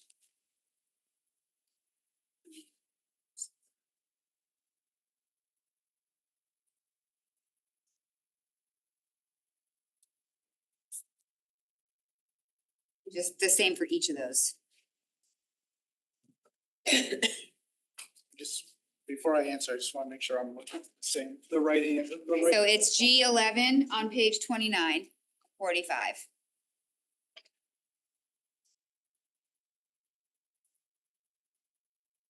So this is off of a sheet that I can share with you. I have printed here for you. That information was if we went to the state minimums, that's where the reductions were coming from. Oh, so it's not off of what's here. Not off of what's in the budget. It's off of, if we went to the state, that's where the reductions would be. Maybe I misread the question. I thought the question was what would be the reduction in tiers based on. It's on this budget book. I just want to know what the difference is if we went to the state. What's the difference between this page and what it would be if we went to the state guidelines? So That's what I'm looking for. I will give this out to the board. This is, it has a breakdown. It shows tiers, how many are currently running, what the new would be and what the reduction would be. So you're handing that now or you're gonna email that to us? I can hand it out now. I make copies for everyone. All right, I'll follow up. I'll just, while you do that, I'll weigh in on here. I think it's really valuable to know all 3 tiers actually. Just as the due diligence exercise, and we've been talking about it for so long. Plus, we know our secondary buses are very empty. So I do think it's helpful to get that information. On the flip side, I don't want to make people do work if there's not enough support. I do worry about secondary. It's a much larger increase in elementary. Elementary is only a 1/4 mile, like a 1/2 mile for the secondary, and they start much earlier. So if they're walking and they're leaving, they'll be leaving quite early in the morning and dark. Not. So I do have concerns on secondary, but I am very interested in elementary. Thank you. Thank you. Ms. Lee? I kind of have a follow-up from your comment. districts aside. Yes. If our goal, I would think, no matter what, the goal would be at minimum, getting 10 buses off the road would save us approximately $1 million, correct? At least $1 million. At least $1 million. So do we have a number where we wanna say if it's like 8 buses we got, it's not worth it? Is 10 our ultimate goal? Because I think 8's still worth it. I mean, if you think about, say, even if we're comparing ourselves to a neighboring district using the same vendor. If a 6-hour bus is going to come off the road and it's even $700 a day. 700 times 8 times 182 days. Do the math. It's significant. It could offset some increase that, especially in year 1, year 2. so I think the ultimate goal to look at it, in my eyes, is whatever plan we come up with, obviously is gonna be safe for the kids and everything else that makes sense. The ultimate goal is to get 8 to 10 buses at minimum Correct. off the road to save a big sum of money. Yeah. You know, whether it's tier 1 with tier 2, 3, as long as you take 8 to 10 buses off the road. Right. If not, you have to look somewhere else for savings. And at some point then, there's only so much technology you can cut. There's only so much other things that can be cut. Then it's gonna get into personnel. I think just at this point, I mean, it feels like so some kind of critical mass for not moving secondary for high school up to 2 miles. We take a sense of the body, whether that's to give some guidance to transportation department. Would we agree then to make it the same at 1.5 miles as middle school? Now, 1.25. Would go up an extra 1/4 mile. middle school would go up. Well, high school would go as well to Middle school and high school will both be at 1.5. 1.5. So high school will be changed. Because middle school School's at a from 1 to 1.5. High school would go 1.25 to 1.5. So at least they're the same Are still pushing out secondary. by a 1/4 mile. To your point, buses are not full. Just worry about the dark. You know. Okay. I think I'm seeing heads nodding. Just to be clear, we're gonna run a report with 1 mile for elementary, 1.5 for middle and high school. I think the board would be comfortable with that. We're gonna get one scenario and one scenario only. Seems to be some support for that. That's what we'll do. Sorry to hijack. Just to clarify, as Mr. Brown was just pointing out to me, on this second page of the paper I just gave you, or is this the original? That's what we got. It's not really running. It's not the budget that we are currently running. It's with the reductions, but it's still dividing routes and Original means current. is current, yes. What we're currently running. It's not actual, but it's not the budget. So this year's transportation contract, to Ms. Jacobson's question, with the first student, it's costing how much? It's a little bit nuanced. The total gross contracts, there's multiples, is 9.9 million. But of that, a portion is not public, about 1.4. So there would be an impact to the town for this as well. Another 300K that we just talked about the pre-K revenue. So that leaves us with total board costs for the first student transportation, net of those other things of 8.2 million. So the current year increase is 410,000 to those contracts, about 5%. An additional 20% would be another 1.642 million.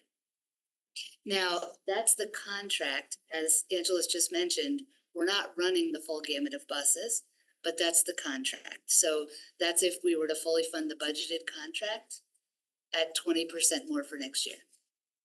Just to simplify that, even if we expand the radius of walkers, It probably won't. it's not gonna completely offset. No, it'll. Yeah. Mr. Krasnoff. In terms of this new contract, is there an ability to make sure they do give us enough routes, and if they don't, trigger savings or Well, some again- kind of penalty in the contract? Well, yeah, we do have current, but I think we're going through with a fine tooth comb, the other districts who just got new contracts in the last year or so. And we do still have the consultant that we chose that can help with that as well. I would just hate to keep like funding Right. full routes, knowing well that we're not gonna be able to do Right. full routes. It's got a realistic budget, a I realistic. mean, they do feel, I think the sentiment is with the increase in the contract with Teamsters, they're gonna have a higher likelihood of filling positions and keeping those folks at the higher rate of pay. Mr. Reyes. I just wanna confirm something, just because I think it might have been misspoken. Currently, our walking guidelines are 3/4 of a mile, 1 mile, and 1.5 miles. 1.25. For high school. I think it's 1.5. It's 1.5. Yeah. Okay, So so there would be no increase for high school, that's to Jen's point. It would be a 1/2 mile increase for middle and a 1/4 mile increase for elementary if we went to the state guidelines. You can check that, but I'm pretty sure that's what it is. So just to your point on the, I was provided incorrect. yeah, but to your point, I know you're worried about the increase of the high school. I don't believe it would be an increase. It probably shouldn't be because again, like I said, you start going out 2 miles, you're gonna start bringing many of those back in because of the safety concerns. I know what you're gonna say. Go ahead. Oh, Mr. Lee's turn. Just to follow up on something, that price includes the chargers that we use or separate?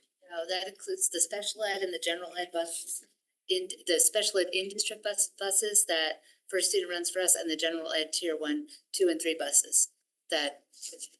So we would have to add more for the chargers, right? Onto. Paid out of different, so athletics pays out of the athletic budget. Field trips get paid by schools that organize the field trips, that gets passed along to the students, those things, yeah. Can I just say, I have it right here, policy 3541A, elementary, 3/4 of a mile, middle 1 mile, and high 1.5 miles. All that said, are we still good with mile and a half? So a 1/4 increase and a 1/2 increase, nothing at the top. I'm good with. Mrs. Jacobs.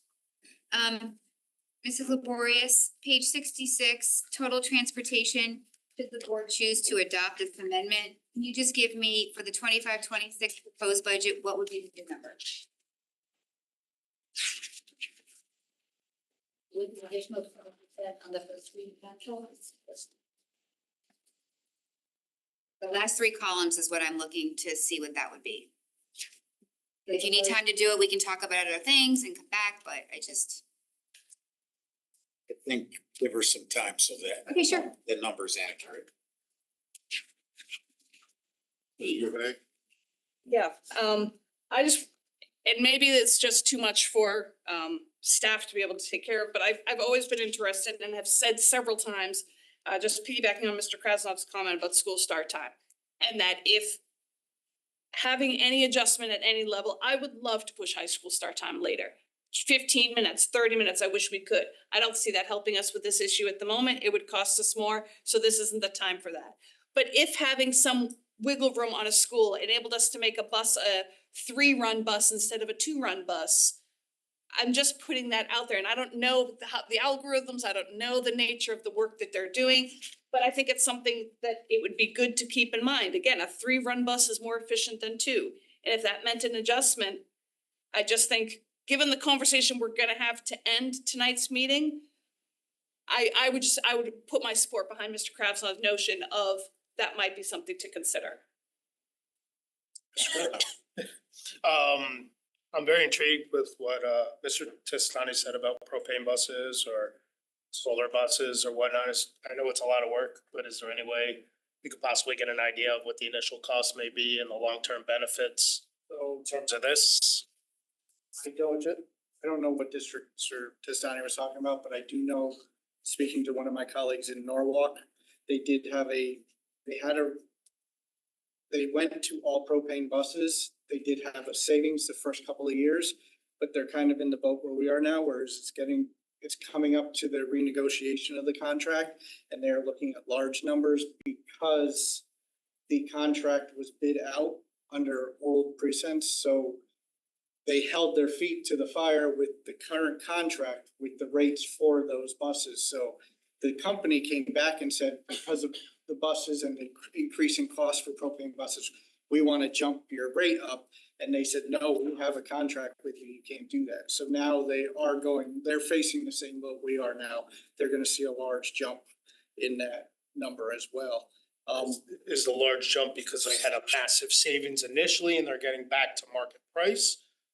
If you compare them to like a gas powered contract, are they still doing a massive savings? They're not doing, so it's a massive savings that they used It to. ends up being even. It ends up being about equal, and the infrastructure to put the propane systems in, that district already had the propane infrastructure in place to be able to do that. That's something we wouldn't have at this time. We do have diesel.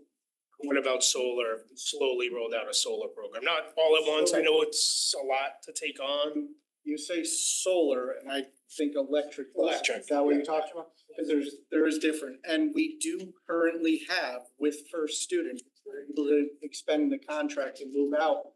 The first student was awarded a $10 million grant to roll out electric buses in Fairfield. They've actually, because they're hopeful that we will be able to continue working with them, they've just recently, last week, I believe, rolled out Green Bank just did another initiative to bridge the gap between the electric buses and the grant money. So they're trying to eliminate that gap as well with Green Bank and EPA. So there is a lot of initiative out there. The 2030 mandate that says we have to be in an alternative fuel situation by 2030. So there's a lot of grant money and a lot of opportunity that we continue to spend. Are they gonna give us a cost savings and speeding up the plan for them and for us?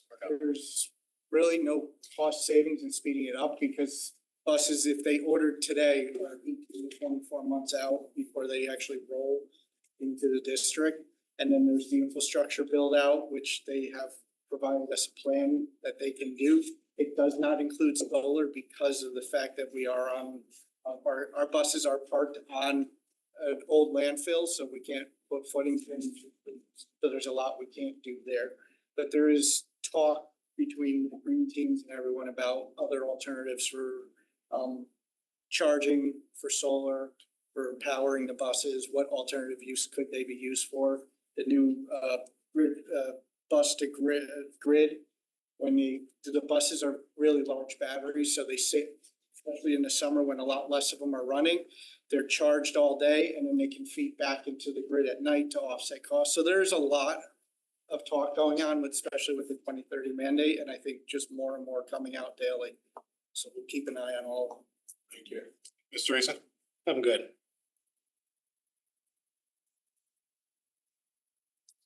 Ready? Is that okay? You have a number for us? Yep. Yeah, so the total previous budget was 10,599,997. With this additional 20% increase to the first student Board of Ed funded contracts, it would bring the transportation line to 12,773,936. For an increase to the transportation budget year over year of 2,173,939. Which Sorry, can you repeat that? Sure. 2,173,939. For a 20.51% increase year over year for all the contracts.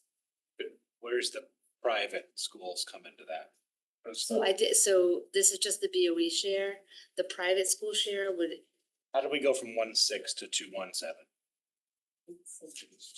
Just a few minutes ago, you said 1.64 something as the Board of Ed net increase after you took out the private school and 300 something else. Yes. Is that the 25 versus 20 issue? So So it's 1.6 in addition to what we've budgeted. Yes. Okay, thank you. Yeah, so we had 5%. This is an additional 1.6. So take out what we put in the book and that come to Take out what we put in the book. as the increase. Why would we take that out? Because we're saying now it's going to be 5%. I wanna know how much more it is than it shows in here. If you take what's in here away from this, what is that number? Oh, okay, how much is the delta? Sure. Minus 530. At the 1.6 something?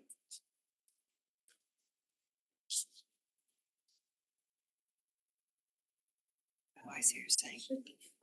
To make sure. The adjustment, is that what you're asking for? Yes. The potential adjustment. Correct. Yeah, it's the difference, it's the 531,755. So it's 1,642,204 plus the 531,735. 531,735, taken away from 217,939 is what? Is the 1,642,204. 642,204? Thank you. That's the number I wanted. That's what we would need to increase over what is presented now. That's good. I know we just did the Q2 report, but where are we? This is budgeted to actual. What's the actual situation? We have a little bit of savings in the transportation, but not much. I think it's about 200,000 year to date. Now, we're a little bit lagged in the billing. So we only have the billing updated through October. So with it through October, we're saving about 200, I think, and $50,000 on the transportation this year. Okay, just wanted to get an idea of actual. That's with less routes. We go to normal routes, not even. Excuse me. It's not running full amount of routes, right?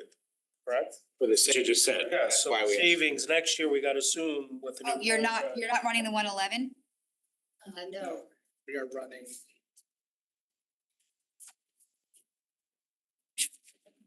For the Do same. we have to have all of these numbers now? Like, I'm really worried that we don't, our transportation supervisor isn't here, our staff hasn't worked on this, it's. Obviously, we need it in advance of Tuesday, but. Well, this 1.6 was they can calculate what you need now. Okay. Need that.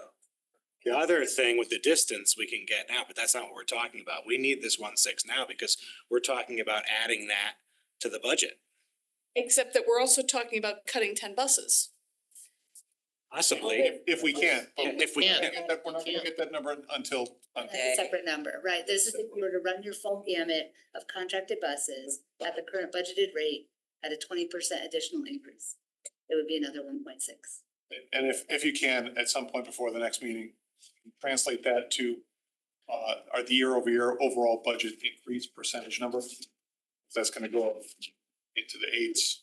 Yeah, every one is about 1%, so every 1%. So yes, I will do that. Yeah, I do think that we need to focus a bit. We're getting a little far afield.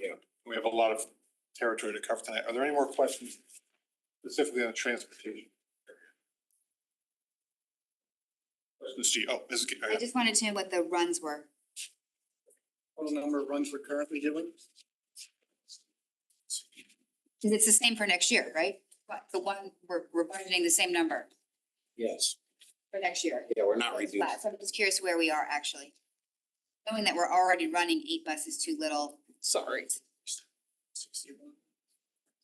161 in the AM and 160 in the PM. It's on page 2 of the document. Talking about page 63 of this budget book. So page 63 of the budget book is the budgeted total, so we're budgeted 165. And 111 buses. And we're running. We're currently running 161 AM and 160 in the PM. So 2 buses. Already 161 And 160. 160. and what about the buses? 111? 111 buses? 72 buses. We're running 72 buses? 72 buses, right, vehicles right now. But we're paying for 111? No, that's why there's the savings. Okay, why is that? We don't have the drivers at this point. The staff was fully, which is why we're only running 161 routes. Yeah, that doesn't sound right. It's the 200. Okay, Yeah, all right. Sorry, Mr. Peterson, that's it. I'll follow up. probably 102, not 72. That would make much more sense. Interest savings, 200,000. No way. There would be a lot more savings. Right. And there would be no way we'd be able to. Even afford all the kids. in immediate post COVID, we were not that low. We'll get the, Can I make a request? Yes, please, Mr. Tracy. When we come back next week, can we have Chrissy here to answer these questions because she's the expert in this? No disrespect, but she knows. She lives and breathes this. Yeah. So if we ask her how many buses we have on the road, she's gonna be able to tell us. So if we could have her here, through the chair, that would be my request. That's all it is a single board member making that request.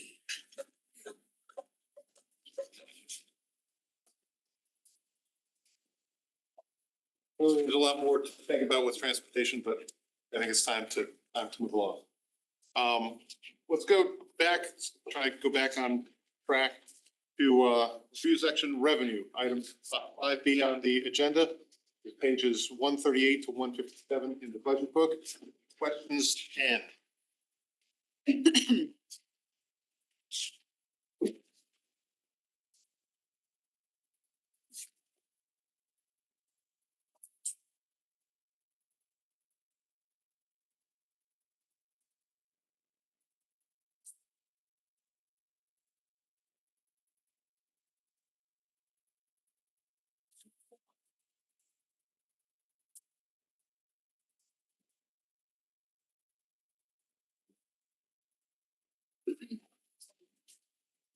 revenue questions.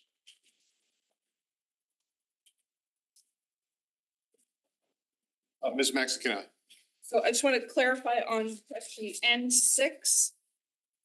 That is revenue we are losing, so we're having to increase the budget by 30,000. Want to make sure I was correct about that.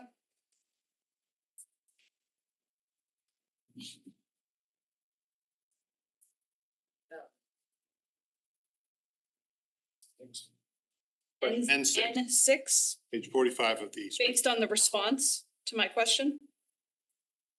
Cost neutral, so we're not running the program, so we won't have revenue, so we'll zero out that revenue, but it won't be a loss of revenue because it's cost neutral. The revenue supports the expense when we run the Oh, program. all right, so. And there was a staffing cut for general instruction for summer school? And that's separate, so that was a Board of Ed funded summer school program, and that also is going away. That's was $80,000 this year. We're not running that this stuff. All right, so that 30 matches something that I don't remember, that's in the staffing. The 30 is a program, it's other funds, it's in that other revenue line. And it's a program that we ran only as fees supported it. So we would collect $10 times 10 kids equals 100. Program cost 100, it was cost neutral. It's going away because we don't have anybody to supervise it this summer. It's Safety Town and Summer Adventures. The two were the two programs in the past that we had run in the summer. I get that. So I get that it's not like we're adding to the budget. I'm just saying that means that in the staffing pages somewhere, there is an attributed staffing because that 30,000 indicates we thought we were running it.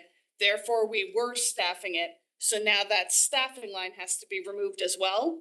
No, we show that revenue, but it was just paid out of like a grant line that's not included in the board budget. So the board didn't fund the Safety Town board. That came from a grant? It came from fees, so the fees that we collected from. Okay, I don't want to prolong this anymore. Okay, so there's no adjustment whatsoever. That's correct. Okay. Ms. Guernsey. Just a follow-up,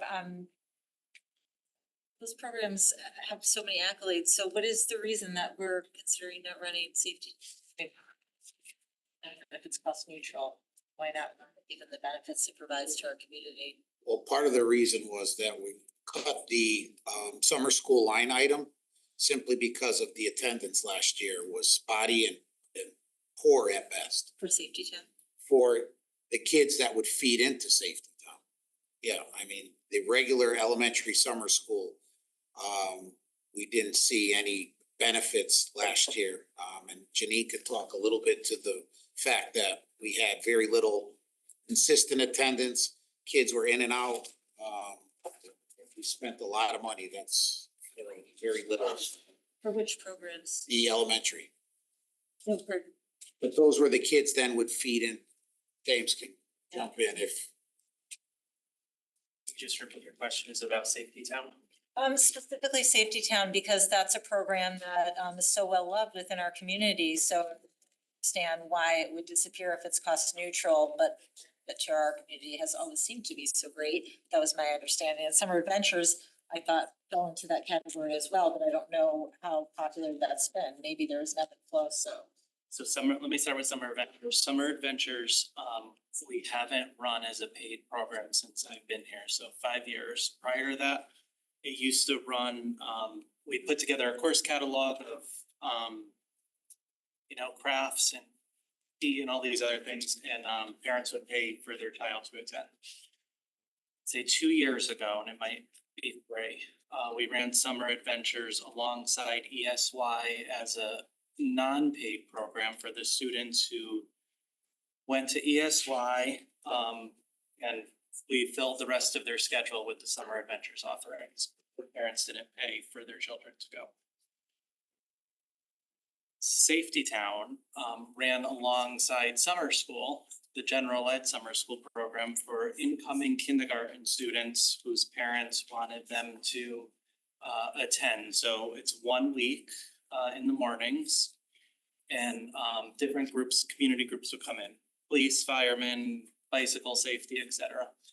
And we ran 3 cohorts over 3 weeks. Some weeks we ran 2, some weeks we ran 1, but it ran alongside the general ed summer school program with the principal there. Without a summer school program, there's no one to supervise a Safety Town program. If that makes sense between.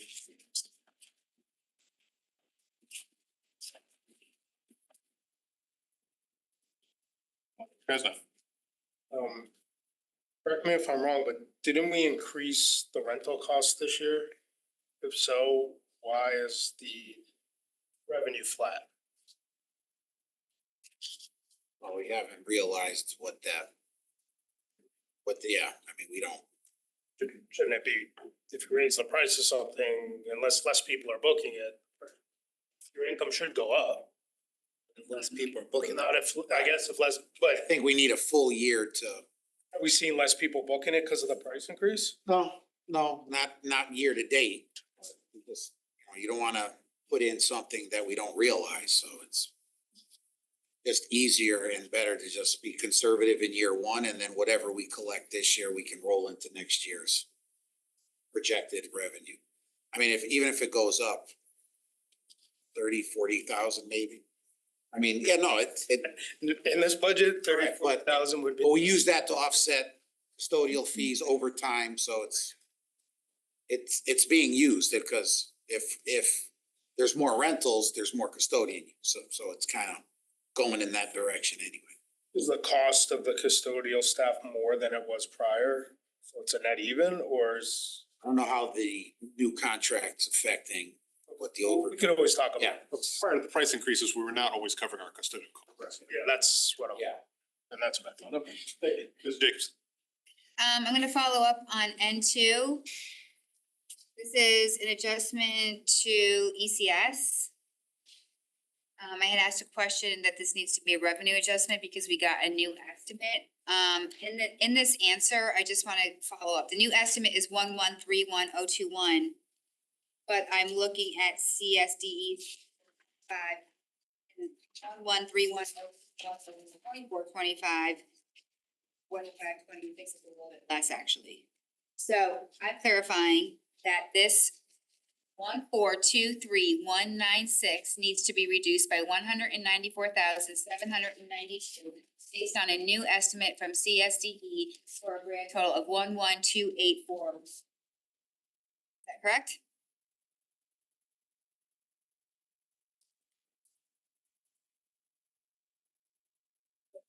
Yes. So that's gonna be an adjustment to reduce ECS by 192,792, and a new total accordingly.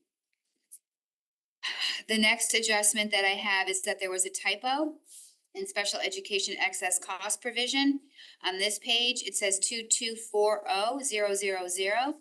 In our support pages, where we talk about the outpatient students, 2420000. So I had submitted the question, is that therefore an adjustment of $180,000 to the plus side? And yes, that would be an adjustment to 180,000 to the plus. So I'm just confirming that that will be a positive adjustment. Yes. On that revenue page, yes, however, not on the expense side, because we were counting on the 2-4. I'm just talking about this page. Yes. So plus 180K on excess cost. Obviously, all these totals have to be adjusted. I do have a question on preschool tuition, and I had submitted this, so I'll follow that up. It's Five. Thank you, N5. La, la, la, la, la. What's that? La, la, la, la, la. Oh, me? I knew it was in here somewhere. We're showing a flat tuition for preschool. However, we have a flat enrollment but increased tuition rate. So my question was, why is that 270 not going up? And I also wanted to know the percentages of full tuition. It used to be that we would say it was 30, 30, 30. Obviously, that's not the case anymore. So let's handle one question at a time. Why would we not increase the tuition rate from 270, the rates? Just if I can answer, like in terms of the number of students who pay full tuition versus reduced versus free, we have 37 peers who pay full tuition this year, 12 peers who pay reduced, and the 19 peers who have free tuition. Projected flat, because we don't know right now how many typical peers or non-single peers we have next year. And we The don't, rates are going up. they are going up.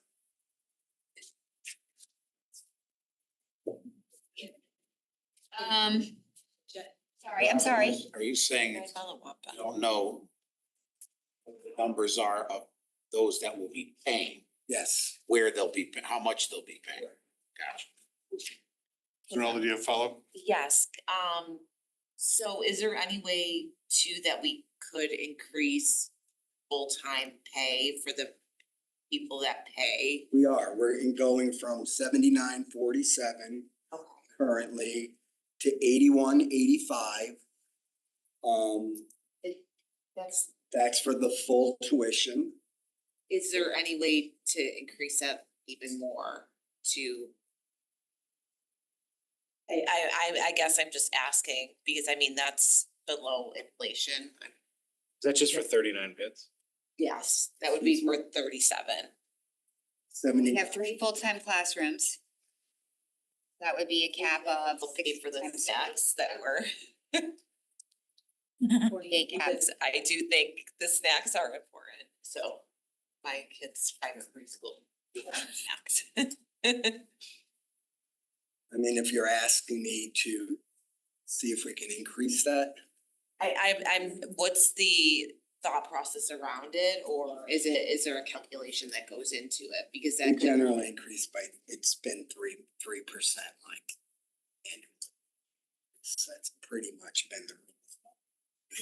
Your voice keeps dropping. It's generally been a 3% increase annually. That's kind of been a rule of thumb that We can up the number, I mean. We're not filling it. Huh? We're not filling it, right? Well, we're filling full day spots, right? It's what's not with full paying people. I mean, we raised it last year and obviously we met it. I think we could, We won't know what bucket people fall into because it's pre-K, so students now will move on to kindergarten. We don't know the financial makeup of the incoming. Currently, we have 37 full paying students and we have 31 reduced or free tuition students. So I mean, if that number were to increase to full, I mean, your revenue would increase. I just don't know how many are gonna be free versus reduced. that's why I just. So if you add an extra 250 for 37 people, that's $10,000. Peanuts. It's, yeah. I mean, I get it. I get what you're saying. I just, 3% is low, It's always been a deal. I mean, we can up the number because it's not existing folk. The existing folks will be moving on to kindergarten. Yes, New no, group, yeah, I mean, no, it's, you can increase it by 5%. I think it's a steal and you're in the schools, I think, you know, I think we're in year one of our full day program and we are pleasing our families and it's getting good PR, I think. absolutely. I think, if we continue with that momentum, but again, we'll do whatever Ms. Jacobson has more questions. Thank you. The gate fees, is there any reason why those are going down for next year? I don't know why, we're expecting less people to come to our games. We're seeing less people come to our games because they're able to live stream at home. Okay, so this year it's flat. But next year you're expecting it to go down.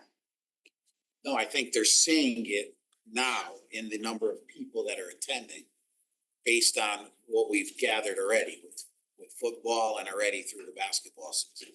Who pays for the stream service? Who pays for the stream service? You said it's going down because people are streaming it from home. I believe that they're able to access it from home. Meaning we're paying for the stream service? I can't.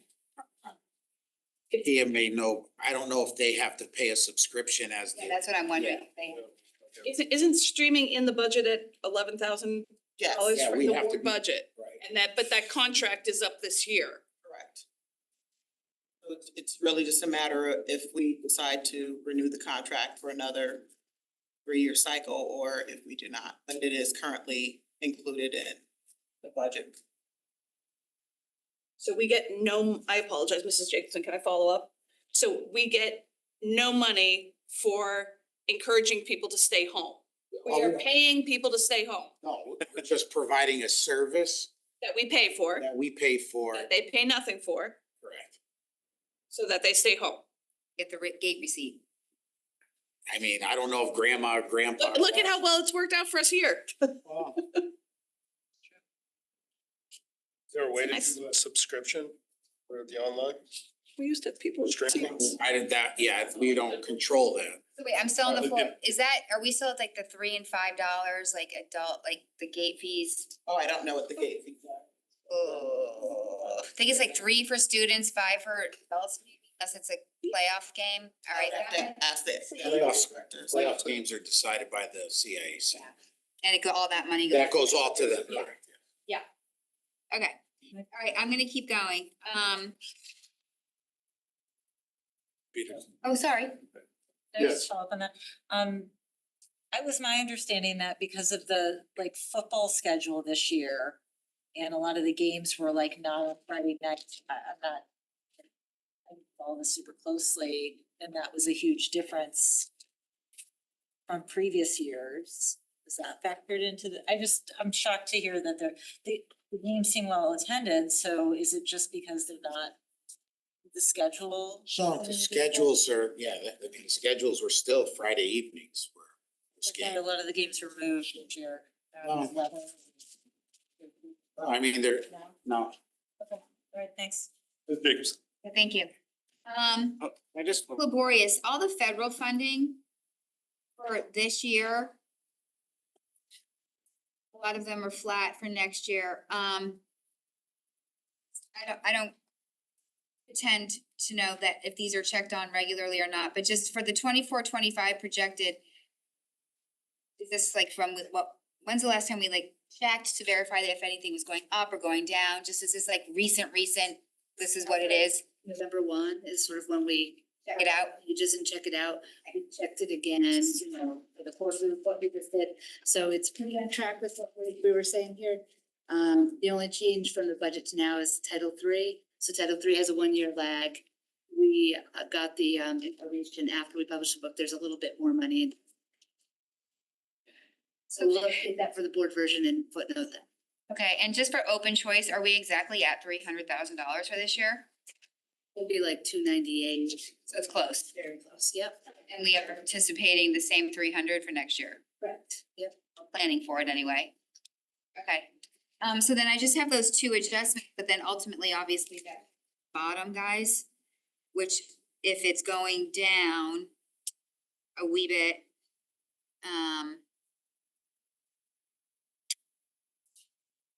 around 100 grand or so, because of that adjustment, that's gonna increase the overall percentage as well, right? Less revenue? How does the revenue get backed out of the total? That's probably a good way to frame Yeah, it. that's a good question. So there are some cases where what we report as expense is net of the revenue, so it would impact, so in the case of excess costs. But a lot of the revenue here, majority of the revenue is planned for as it's received. We don't have a lot of headcount, so we never want to reduce headcount without a conversation. So if a headcount is going off of a grant, it would have a conversation, we would increase it on the board side. We don't have a lot of headcount, and the grants that do have headcount are not being reduced. The excess cost is just an adjustment because someone in staff transposed a number, so we're accounting on that as a net anyway. So I would answer that question to say, I don't think there'll be any adjustments to the budget as a result of the corrections to the revenue sheet. With the exception, which we will get to tonight, there's one MLL paraeducator that we can likely propose to reduce from the budget because it will be funded with Title III. And we found that out after the budget. So right now we have 4 MLL paras, 4 of which are proposed in the budget. We have funding on the grant for the reduction on the board side for one paraeducator. Other than that, I don't foresee any adjustments related. So the total of the budget after the revenue structure. That's correct. Well, I haven't. Any questions?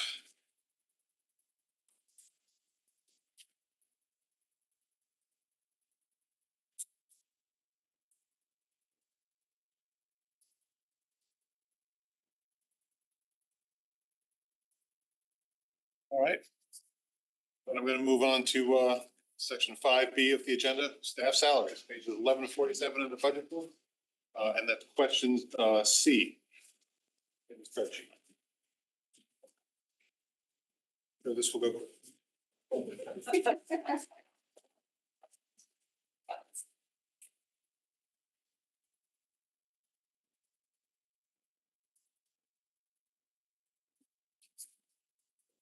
I do want to mention that even though we got many questions after the deadline, did get to all of them prior to submission. We appreciate your efforts. Well, I just want to, and it did delay the send out of the document by a few hours. I apologize for that, but we have everything here. Follow-up questions, starting with some people probably tonight. Or at least one person tonight.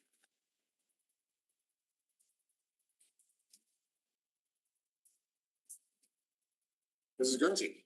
On page 8, 10. There's been a lot of questions about the paras and then like this coverage that here is absent. There's a response here that says that we can't afford to pay for the substitute coverage for the paraprofessionals.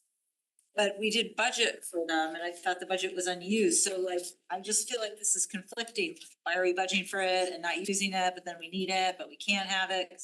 So I think there's two things. We do budget for long-term absences or in the case of if the one-to-one para is gonna be out. In many cases, we're able to do that. But overall, for a daily sub for paras, like till this time last year, teachers or substitute teachers could go on and rather than choose a substitute job for the day of a teacher in a classroom, they would choose a para job. And if we did that, our para budget, we're proposing or we're estimating, as you saw in Q2, paying 2.4 million. We would be paying closer to $5 million in substitutes unnecessarily. Because in most cases, there's a classroom with 6 paras. So if one is out, we don't cover it for the day. If one-to-one para is out, we'll shift from another para in the building to cover that student for the day. I've never worked in any district where we provided subs on a daily basis for daily absences of paraprofessionals. It's just not feasible to do so and unnecessary in a classroom that has teachers and paraprofessionals all in one room. So can I ask you a question or a follow-up to this here? For a kindergarten para, how many days do they need to be absent to warrant that being, because that's a need that we as a board have shown that we're for the kindergarten board. So I mean, like, what are we, like, what kind of absences? if they're gonna be out for a couple of weeks, we would provide the separate. If they're out for 3 days with the flu, we would.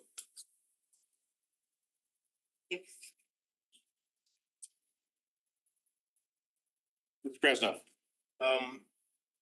Ms. Laborious, maybe you can run me through 45 and 46, how it relates to human resources, total on 136. As far as I see it, the numbers don't match up, so trying to figure it out. Mr. President, in the budget book? In the budget book, yeah. Under human resources. Okay, 45 and 46? Yep.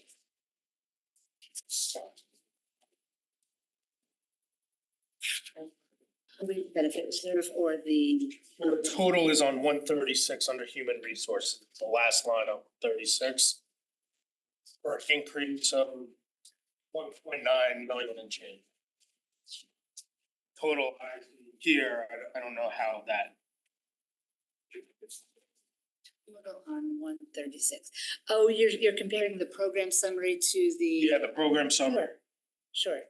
So the program summary is a sum of multiple object codes. Okay. So that 2640 includes more than just what's on in the personnel. So it's personnel and non-personnel. And I'd be happy to give you a call swap for that. But so let me see. So you're looking at the other page you're looking at is one. Remind you one more time. Sorry, it's the program. 136 human resources. Sure.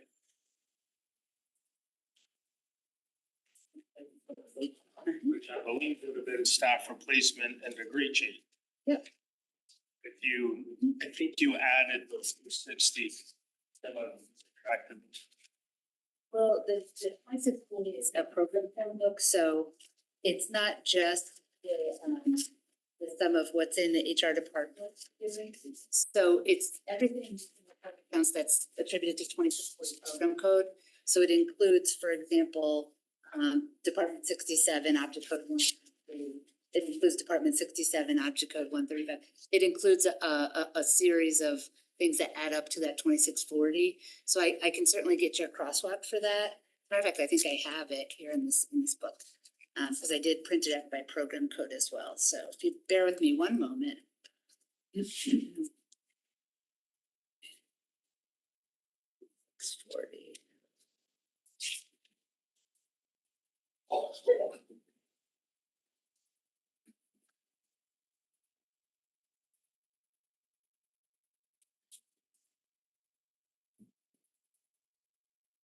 It's 40 HR, okay.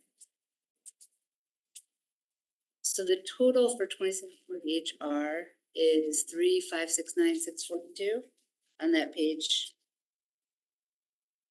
Yeah, and that is made up of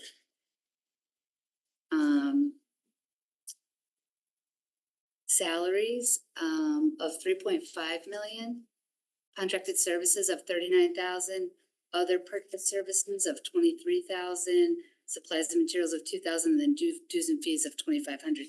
So there's multiple components that add up to that 3,569. On the salary side, the total in all of the salary section, which includes multiple object codes, is 3,502,746. That includes 8 staff members and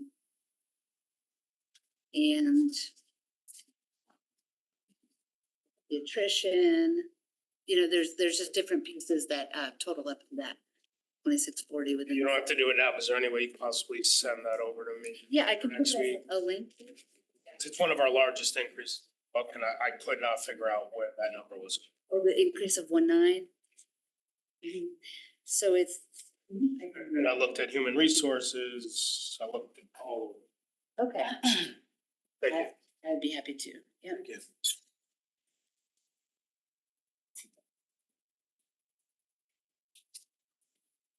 Ms. Maxine Kelly. Okay, I do have several, so I'll try to move quickly. The first one is C42. I just wanted to point this out to everybody, Mrs. Laborious, this before, but I had asked about the MLL pairs, and at the bottom of that response is what she just alluded to a few minutes ago about reducing that line by one position because of the Title III grant, correct? So I just wanted to point that out to everybody. But my next question was for C45. I ask this every year, but I didn't actually get an answer to it this time, which is regarding how the Medicaid coordinator is doing. I mean, the whole point of that position is trying to recoup some money for the district. And was wondering if we could have any kind of update on how successful that's been going. In the revenue section, we're up by, I think, approximately 100K, about 50K year over year. So, she works directly with the coordinators and staff.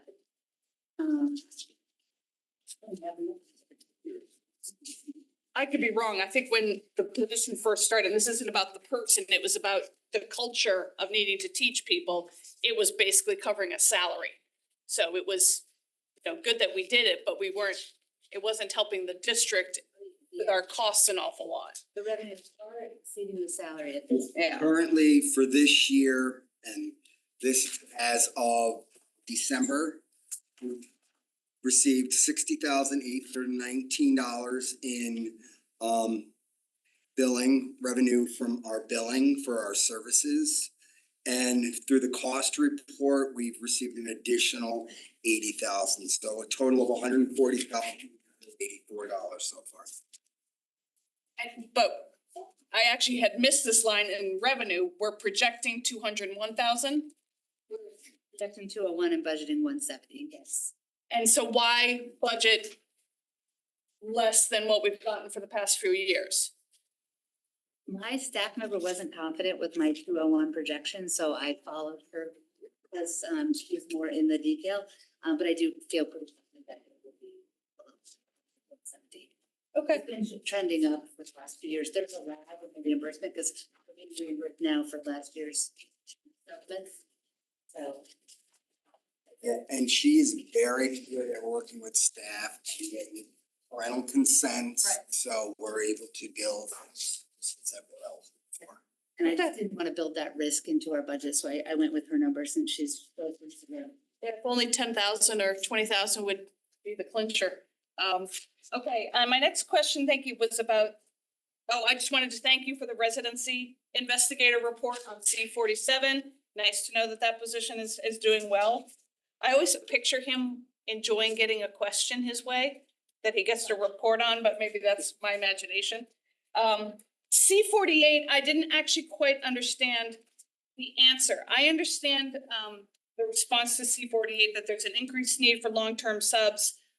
I understand it for this year, but we are the increased subline for those specific schools, as I wrote here, is kind of noteworthy specifically. And so why would we assume that the FMLA needs of this year are going to continue next year? I don't know, particularly those schools in general. What we did do is up the building sub allocation to all schools. Mm-hmm. Elementary, middle, and high, because of the number of absences. So based on enrollment at schools, we adjusted. But everyone received at least one extra building sub, just so there would be more consistency. So what happens now is those building subs are the first ones that are assigned when a sub is needed for whatever reason, rather than, and it's helped with our fill rate. I mean, as we're approaching the mid-80s in fill rate, but it's also brought a more consistent approach to filling absences because the kids get to know them and they become part of the school culture. And I think it's great that we have them. I just didn't understand why we were forecasting for next year that there would be so much FMLA need No. at specific schools, because again, I can move on. It's. No, there has been a consistent upward trend in long-term absences due to FMLA. Okay. And we're now starting to see more intermittent FMLA as well. I think I want to ask for another day. C49, again, this is only for my fellow board members. The question which got deleted was regarding, I was asking about it's not a big investment, but I was asking about what we were doing with the books, the book manager, and because that had been an enhancement from a few years ago. So in case anyone was, dying to know that. Then obviously I found C50 to be a material that very disconcerting to see that 1.7 million increase when it comes to the degree changes. And I know it's in the contract. I'd asked, was this anticipated in the discussions? I find it very disingenuous for teachers to be adamant, I'll just say it, that the value of that is every bit as good as in-person learning. Because I assure you, if we turned it around and tried to offer in-person virtual learning in lieu of them leading instruction in person, this is a tough one. This is a tough expense for us to have to swallow. And I understand that there's probably nothing we can do about it, but. No. At the moment, no.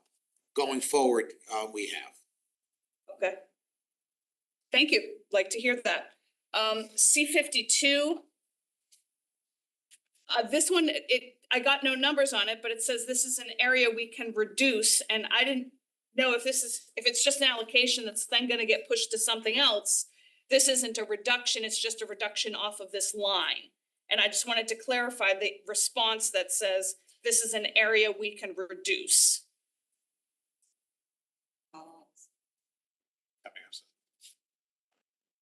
Kanika Ingram, Executive Director of Human Resources. That is accurate. That is an area that we can reduce. We had anticipated more extracurricular activities from both schools, which hadn't happened. I'm sorry, my answer got cut because I did put 3 additional positions in there and what they cost. I don't know what happened to it, so I'll go back and.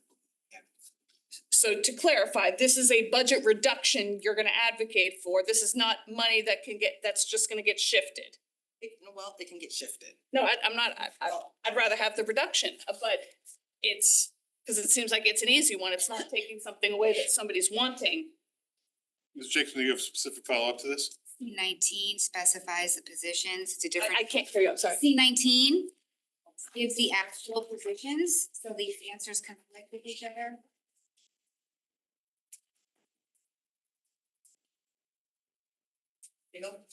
DECA and FBLA positions will each have 6237 stipends per staff member. Each activity will have 2 staff members. Tri-M Music Honor Society also is a stipended position, 1991.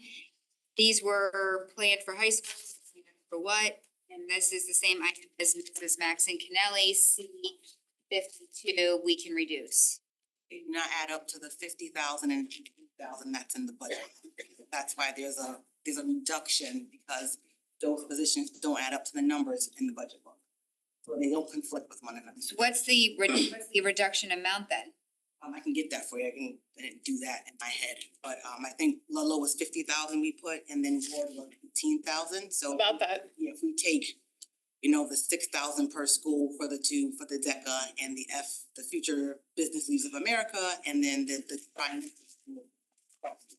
per position, we subtract that from the 68,000 total. Okay, so that's what. Sorry, Mrs. Maxon. it's okay. It's like 42,000. So to be clear, because I know usually at our meeting on the 28th, we'll expect things that are coming from staff. For example, that, we've lost this revenue, so we have to go up and all of that.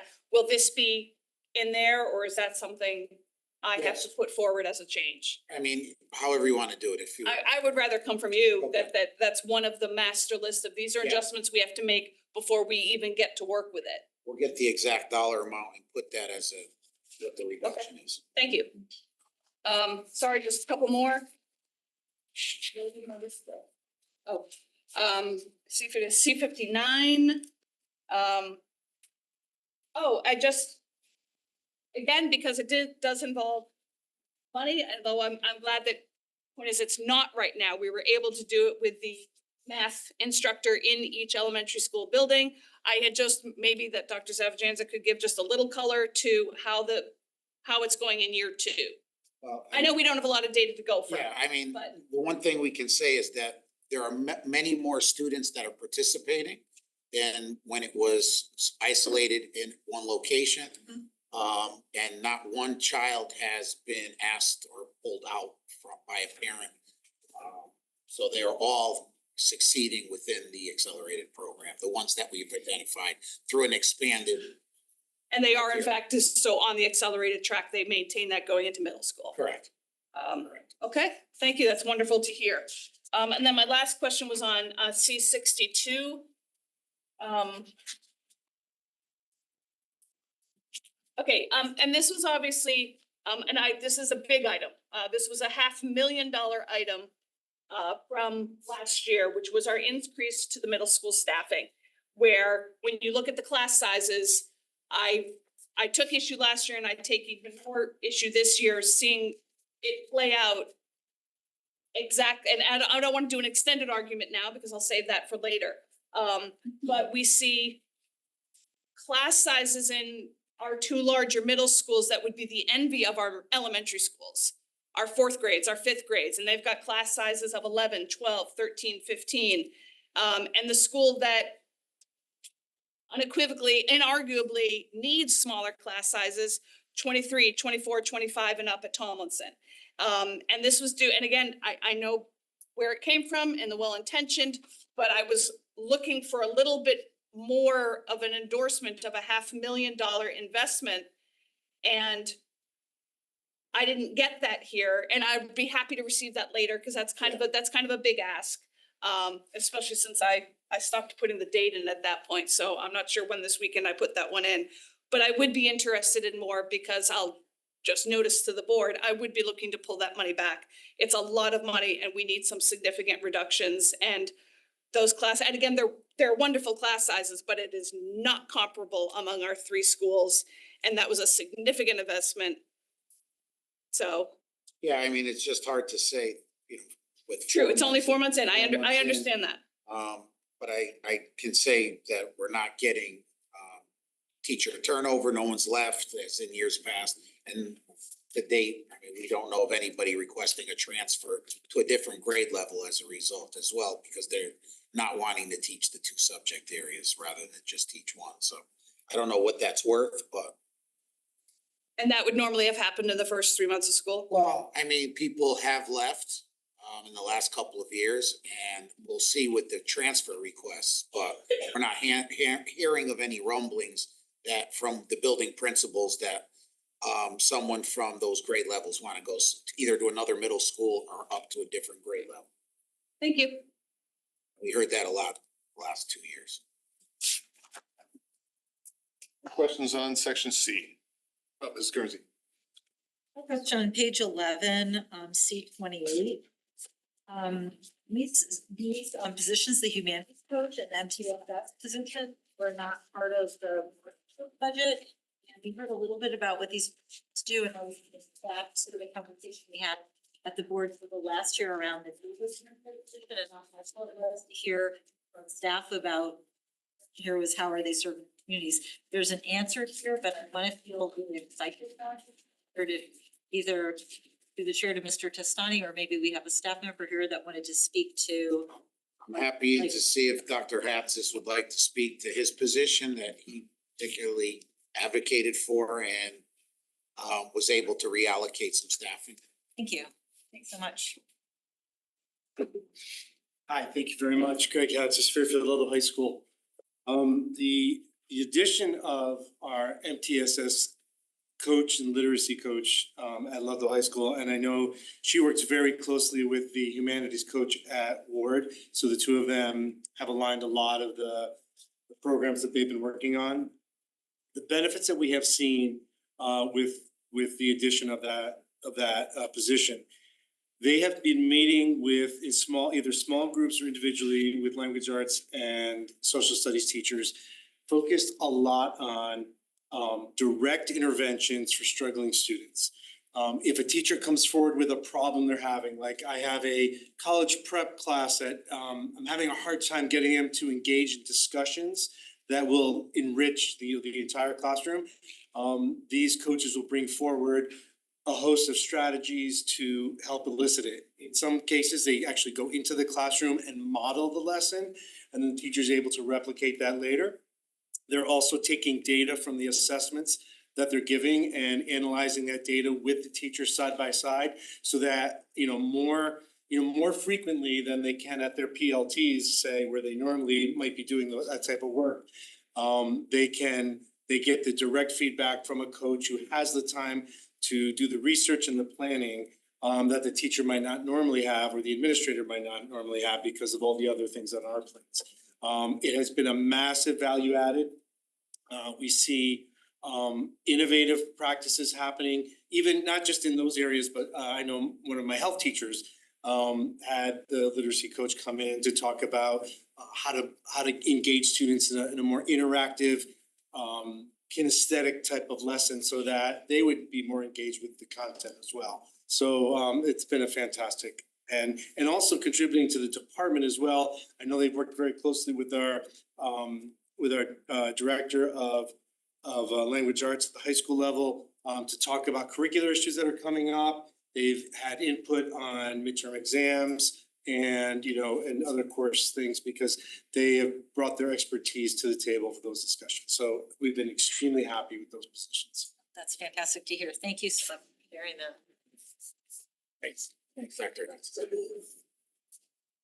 Staff salaries questions. On page 19, number 6, D65.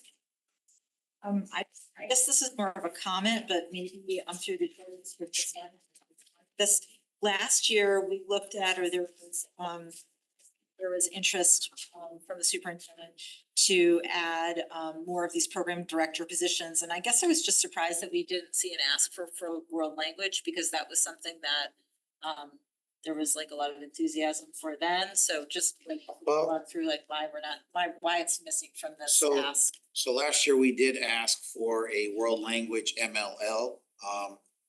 We discussed it this year simply because the new world language coordinator is also dual certified ESL, TESOL, and also the health and PE. Given the fact that there would be a slight increase in salary for those responsibilities and the ask of the budget this year, we decided to wait and hold it off till possibly next year. I mean, we would love to have it in the budget, but given that we were looking at over almost 6.5% increase, didn't want to push the envelope. Thank you. Ms. Jacobson. All right, start with C11. I'd like to follow up on the Para/CLC model. Changing the model was the new answer says, this is a question for the public, we had budgeted for 10 paras and 5 are not there. And the answer was that there was a new model. And I'm just looking to understand what a quote pre-special education teacher CLC model means. So instead of tell me what it was before that we actually budgeted for, if you would, and then like what it is now. So this came as a suggestion. We piloted it last year at Mill Hill. Feedback from a lot of building principals as well as teachers was that often kids from the CLC would go into their regular ed classrooms. And there was a disconnect between regular ed and special. So given the fact that I thought the model that we had with one teacher and 7 parents in a classroom, in most cases, and then that was based on enrollment down to 5. What we did was we gave the option to the principal that they could trade out 2 paraprofessionals for an additional teacher. So that third teacher would be the conduit between the regular ed and special education classrooms, not a paraprofessional. Because there was a lot that was being lost in the two with the skill set of a para, as opposed to having a certified teacher. And it went extremely well. And we're doing that in other CLCs as well. So that teacher is somewhat going into the, when they're going into the regular ed classroom, kind of going with the. You're pushing in now in most cases with Like a a teacher. co-teaching model, Similar to, yes, co-teacher. correct. So we went from And one. and it doesn't cost any more because of the savings you get from, with the salary and 2 benefits to 1 teacher with 1 benefit. So if I could just add to what Mr. Testani said, we have 4 elementary schools with CLCs, and there's 2 CLCs in each of those 4 elementary schools.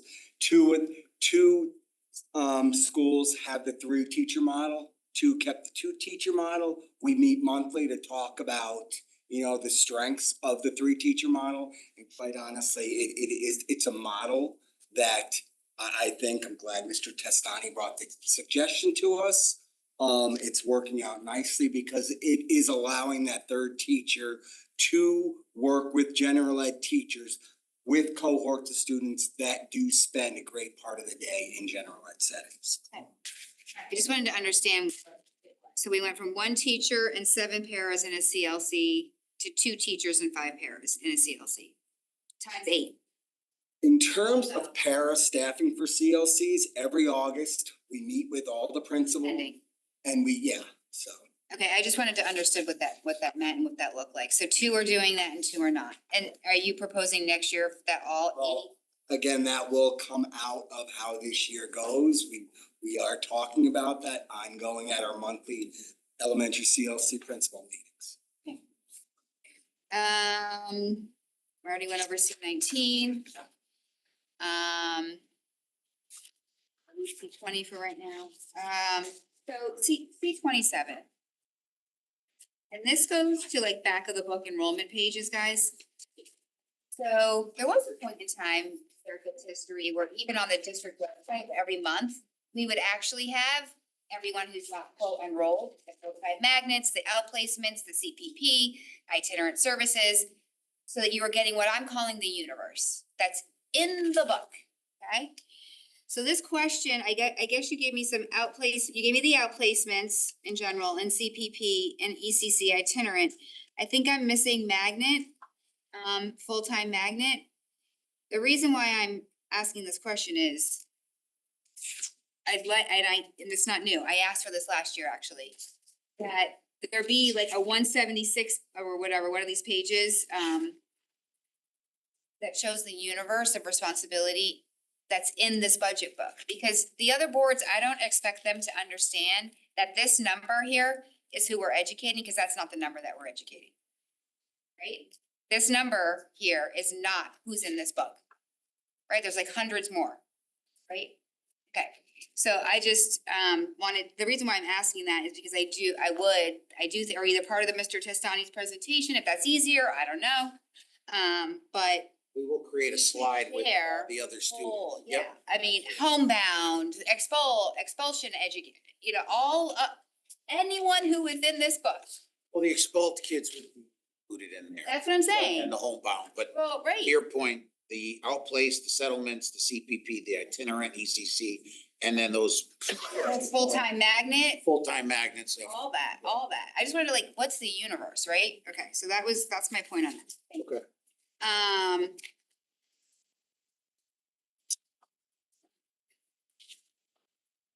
We'll also we could put that somewhere on our website as well. Yeah, I mean, it used to be, how we do the enrollment report, it was like at the bottom, after you had the total, then it would be like all those broken out, and then like a grand total, type of a thing, but that's just Dr. Title. Wow. We will add. Okay, so C 66, this is pertains to page 25 in the book. I was getting incredibly confused. There was a title change. C 66, I asked for this, can you please list the titles of this quote, 6 admin pupil service coordinator? Because that title is not in this year's budget book. This year's budget book, that title is called program directors.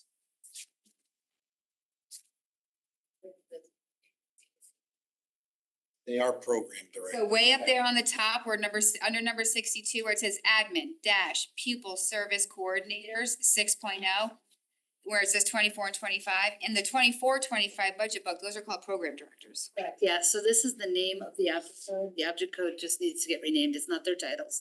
Their titles are directors. It will be corrected. So that. Oh, okay. So the object code is only used in the budget presentation. And that said, it needs to get updated. If they're called directors everywhere else, except for in this line, it will get corrected. So this line in the budget book should say program directors? Yep. Thank you. That's how it's spelled out contractually too in the contract. I just was getting confused, thought I was looking for different people than what I thought I was looking for. So then where are the actual, Mr. Tassani's previous conversation, where are the health, PE, art and world language coordinators? Let me grab my book.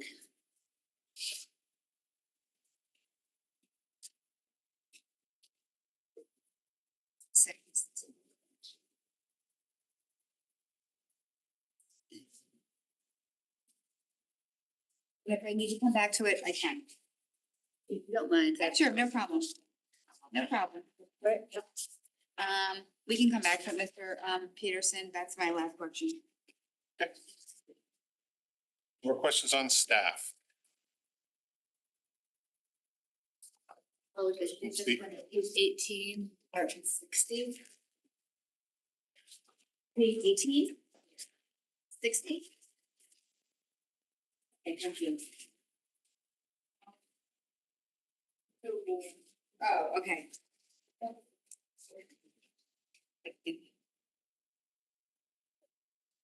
Let's see where we are. So the health specialist, can I just ask, why is that being reduced? Did it go to the line above? Oh, no, we made an adjustment based on when we did the schedule. The amount of time that the teacher spent at the elementary school didn't add up to the amount of time that they were allocated. It was less, so. So what is the health person, because they're partly teaching too, right? They are teaching, so they're doing more teaching, not less coordinating, because the time that was allocated for teaching at the elementary school, adding up to the amount of time. The allocation and the time spent in the classroom. More time is being spent in the classroom. Correct, and not at the elementary school, at the secondary level as a result, because there wasn't enough classes for them to go into the elementary school that would suffice and fill the schedule. So that person is now going to be a 0.8 teaching Teacher. and a 0.2 Correct. coordinating. Instead of a 0.5 and a 0.5. Correct, Okay. and that'll be the posting, because that teacher is also coincidentally this year. Oh, okay. Thank you. You're done with your. Any more for staff salaries?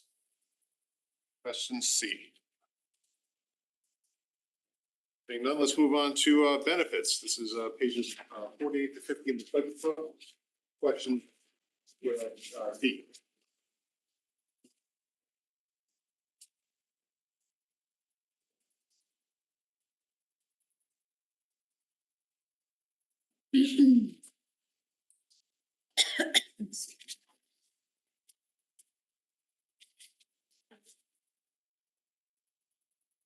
Ms. D.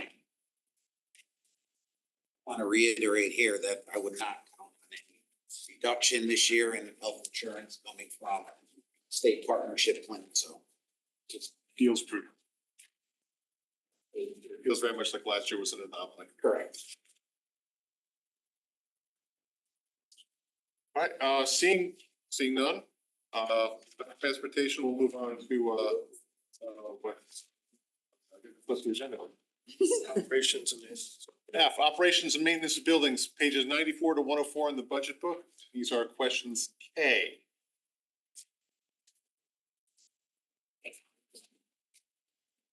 Please, Ms. Jacobson, if you wanted to talk the solar thing. Ready? Last week you wanted to talk about solar. Oh, yeah, what question? Here now. Questions K. Oh, Ms. Guernsey. I just jump in with my question on page 35, K3. It's not my question, but at the beginning of the meeting, I was trying to sort of open up a conversation about our relationship with synergistics, because I don't know much about it. And to better understand where we are with the contract, has it been signed already for 5 years? It's a $2.7 million contract. I know we talk about it being cost neutral, but I'm also seeing like anticipated costs for each, like, I just want to better understand what's going on here and what this process was to select them and what's our relationship with them, just. Yeah. Starting with me having no information, how would you? So the first question, I heard a lot there, but the first one is we went out for an RFP and that's how they were selected.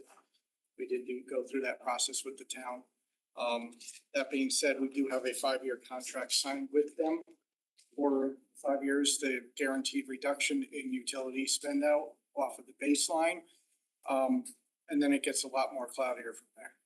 So it is off the baseline. So when we first signed with them, they came in, we did an evaluation of the district utilities where we were.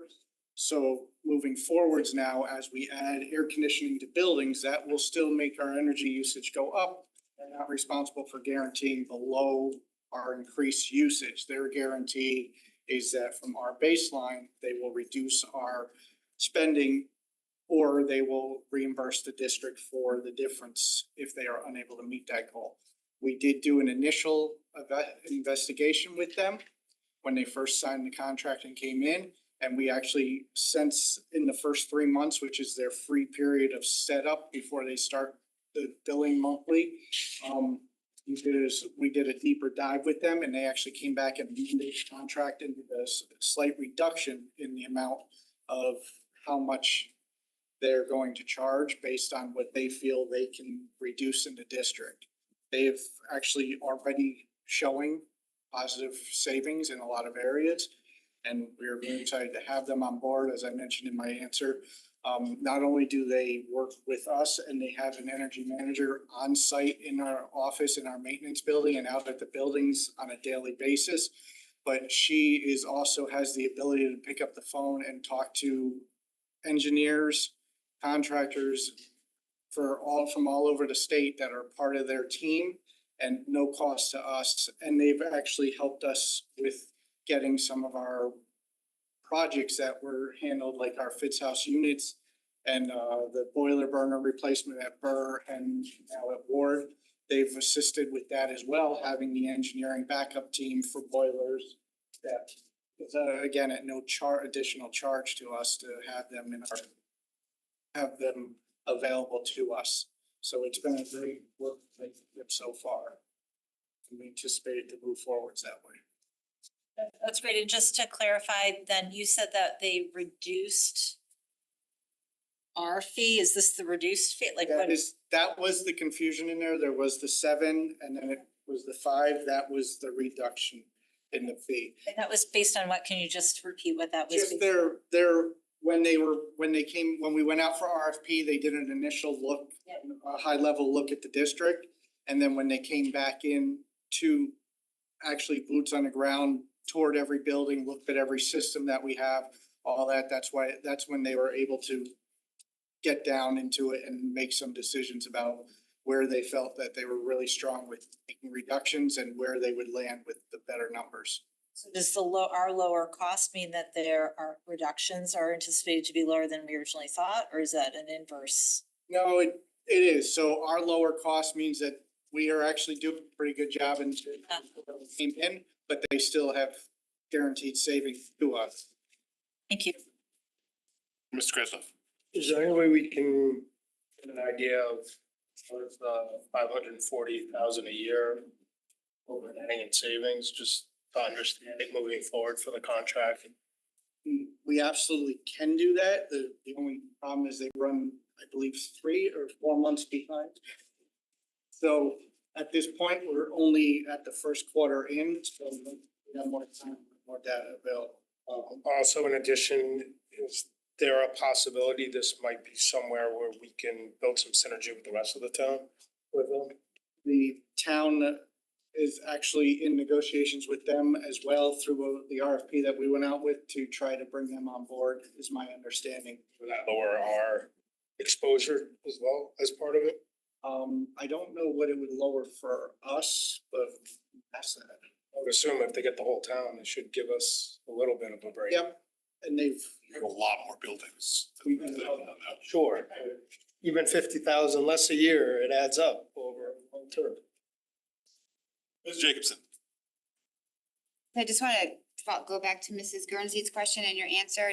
Did I hear you correctly that you signed a 5-year contract? 5-year contract through the RFP for. How did we do a contract if we haven't provided the funding? It's a net zero cost. This was done last year. In this budget book, it's showing a cost of over $700,000. So the 700 was the inaccurate number, the 5. So I understand how it gets broken out. The contract is 540. Yep. You didn't provide any money for that contract. It's a net zero, so they guarantee we will save on the utilities to cover the cost of the contract, and if we don't save on the utilities to cover the cost of the contract, then they will actually issue back the difference to the district. Okay, so I hear that, but our utility services line is going up $456,000. Due to, because again, that was off of our baseline savings, off of the baseline, but now we're adding 3 buildings to the air conditioning next summer, so we are anticipating an increase in cost. Without the contract, it would be less than 0. No, it'd be more. No, how would it not be more? If we cut out that $700,000. So they took the baseline of where we were with usage at the point of evaluation and signing of the contract for usage, and then applied the assumption about reduction to equal the cost savings, which their fee was based on. So if usage fluctuates and rates fluctuate, which they will, our costs will still go up, but they won't go up by as much as they would have in absence of that contract. So they're saving us money and they're guaranteeing the savings of 540. So to put it like just more plainly, if our budget this year was $1 million and it was going to go up to 1.3, instead of going up to 1.3, it's going up to 1.15. So it's still going up, but it's going up by less than it would have were we not to have had this contract. That's why I asked this. For next week, it's a $2.7 million contract. We don't have any information on this. Can you please give me the 5-year contract of the numbers in terms of how that's shaking out, in terms of the cost of that contract versus the guaranteed savings? Because I'm not sold that we need this at all. You signed a contract, you can't get out. Yeah, but we didn't fund it. It's in this budget book. If the contract's signed, how are you gonna say you don't need it? How are you gonna get out of it? We didn't pay for it. We can We give did you not fund it. Yeah, well, It's in this budget for us to fund. So I presume they knew that we hadn't funded it. Let's see the savings, like I asked. Absolutely, I think we should. Savings. There's no point in getting into this. I know. And then we are getting savings. What is the $208,484,000 reserved for? so that is because when we did the estimate for the utility costs, we didn't know where the savings would be, depending on the interventions that they're putting in place. So if you look at the total cost of utilities, that's what we're funding. So it would be the fee plus the distributed cost of what we're seeing in the various locations. So the 208 is a proportional amount to be spread amongst the buildings as we compare the savings do or do. So the 208, that number 728,484 should be split between two lines. Yes, we can do that. Right, this should show the management fee and it should show what I'm calling a reserve. The utility estimate line, sure. Or we could split it out amongst the buildings and then we'll just redistribute it as the expenditures are realized. That's what I had on that, so sorry. Just to piggyback on that, so it's the utility usage, whatever. Public benefits are gonna be above and beyond, so it'd be good for us to, again, have an idea. My guess is that's quite a big number. Awesome, thank you.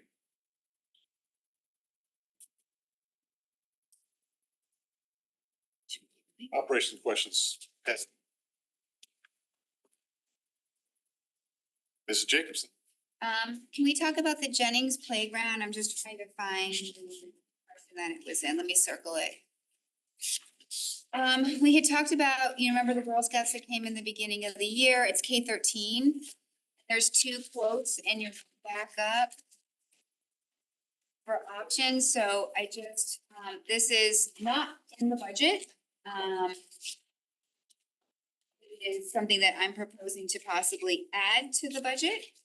And there's a couple of options. It says 3 options, but I only see 2 backups, Mr. George.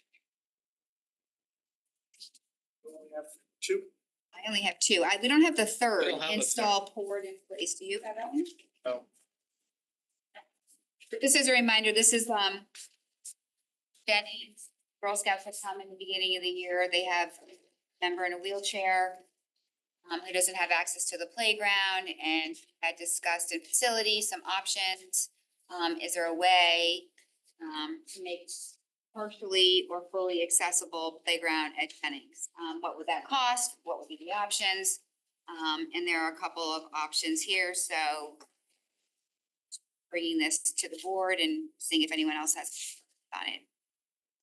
So I don't know if Mr. Papa George, if you could just kind of walk through like what this is, basically. I can absolutely do that, and also to give you some background on that. Before they came to the board and the facilities committee, they also went to the town and presented before the first selectman. So we were asked to provide these proposals to first selectman as well, his office. I don't know what, or if anything they are gonna look at doing with that or funding. That's why we didn't move it into a budget book. Any information back from them on what they may have an appetite for or be looking to do. That being said, there are 3 options there. I have one. I think this is the one. Did we see the third option in facilities? Yep. They talked about it, but it's very expensive. So I do have it up. We didn't get the number. So the 3 options were, there's a newer mat material that a lot of districts are starting to look at and go with. It's ADA compliant and it allows wheelchair access on top of it. It's a fairly easy product to install. It gets installed directly over the wheelchair that we have now in place. It's fairly, I don't want to say new product, it's around for about 14 years now. So they are getting good results with 14 years of settlement and everything on it. The 3 options that we had were do that entire playground with that material, to do a third of that playground with that material, or to do our traditional poured in place. The one that's coming around now is the poured in place way, and that comes with, that's McKinley Playground, if you're familiar with that, that's a poured in place playground. And that price to do that at that playground would be $255,953.45, as opposed to do the entire playground at Jennings. It would be, the mat material would be $83,162, or to do the 1/3 of the playground, if we still allow access to a portion of the playground for a native student, but not the entire playground, and that would be $28,951. So there are 3 options We have follow up on this? Follow up on this question. So on this third option, you have, it's 191, 823.45 says the total, and below that 64,000. Is that what's that 64,000 for? That represents the removal of the existing wood chips, any drainage that would have to be installed prior to the actual poured in place materials, and then the installation of the poured in place. So I know in facilities, we didn't really go into, so it sounds like removal, and we actually have to add stuff to the playground.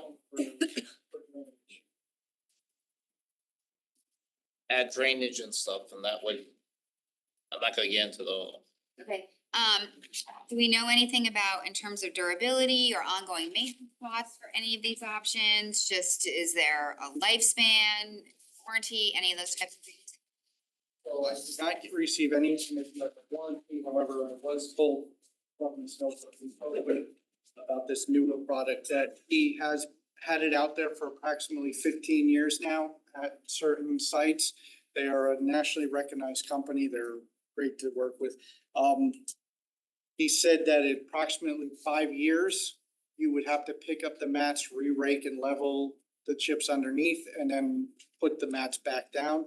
That's 5 years as opposed to every year we purchase wood chips now to replenish at our playgrounds. Any playground that had these mats installed on them would not need the replenishment of the wood chips, because the mats themselves do have a G-Max rating on them, which is what we go for the wood chips. Any idea what the offset of the would be in terms of not having to do the other thing that we do to the playground, the wood chips and all that? It wouldn't be worth it to jump and do all of them at one time, because No, I'm just talking about for Jennings. for Jennings, yes. For the cost to replace the wood. Yeah, exactly. What we paid, we buy the wood chips off of a state contract, and then we pay our landscapers to spread them out throughout the playgrounds. So I can pull up specifically what we paid for Jennings for replenishment and what we paid for the spread. Just how often and whatnot, so Spread, this is good for how many years? that's 5 years, and then a resurface, and then put the mats back down for additional 5 And years. it would be 5 years of wood chips to get to some sort of a net. Okay, thank you. Sorry, guys, I just wanted to bring this forward. Mrs. Maxinelli. Just one quick question with the, and this is looking way ahead, but considering the various ideas we've had about Jennings construction, remodel, expansion, not expansion, anything like that, I'm having a hard time picturing. I orient around the soccer field, so I can't picture where this is. Is any of those talks about what we were talking about with the building, would it end up being encroaching on this, needing to move this, so we've been investing in something that then. It could possibly, however, these mats they come like a sheet of plywood, and you pick them up and we could reuse them in another location. Gotcha. Thank you. Mr. Krasnoff. Just for the board and the public, a little clarity. I believe Mr. Papageorgiou said, part of the reason we were looking at a third is this is where the swing that's wheelchair accessible is located. So it made the most sense to do this space. Obviously, we could do the whole playground, but this is where the thing that needed to be accessed, everyone understand the thought process behind it. $28,000. The $28,000 one, yeah. But our concern was that if you just do the 1/3 versus the full, and I don't know if you got the answer, would it affect shifting of the product itself? It's not lining up with the ounces. It does not, so that does help that. My personal input coming from the facilities committee is I would definitely look as a board to do the full playground. Doing a third of a playground, you're telling a kid that's special needs in a wheelchair, you can come play, but only a third of it's available to you.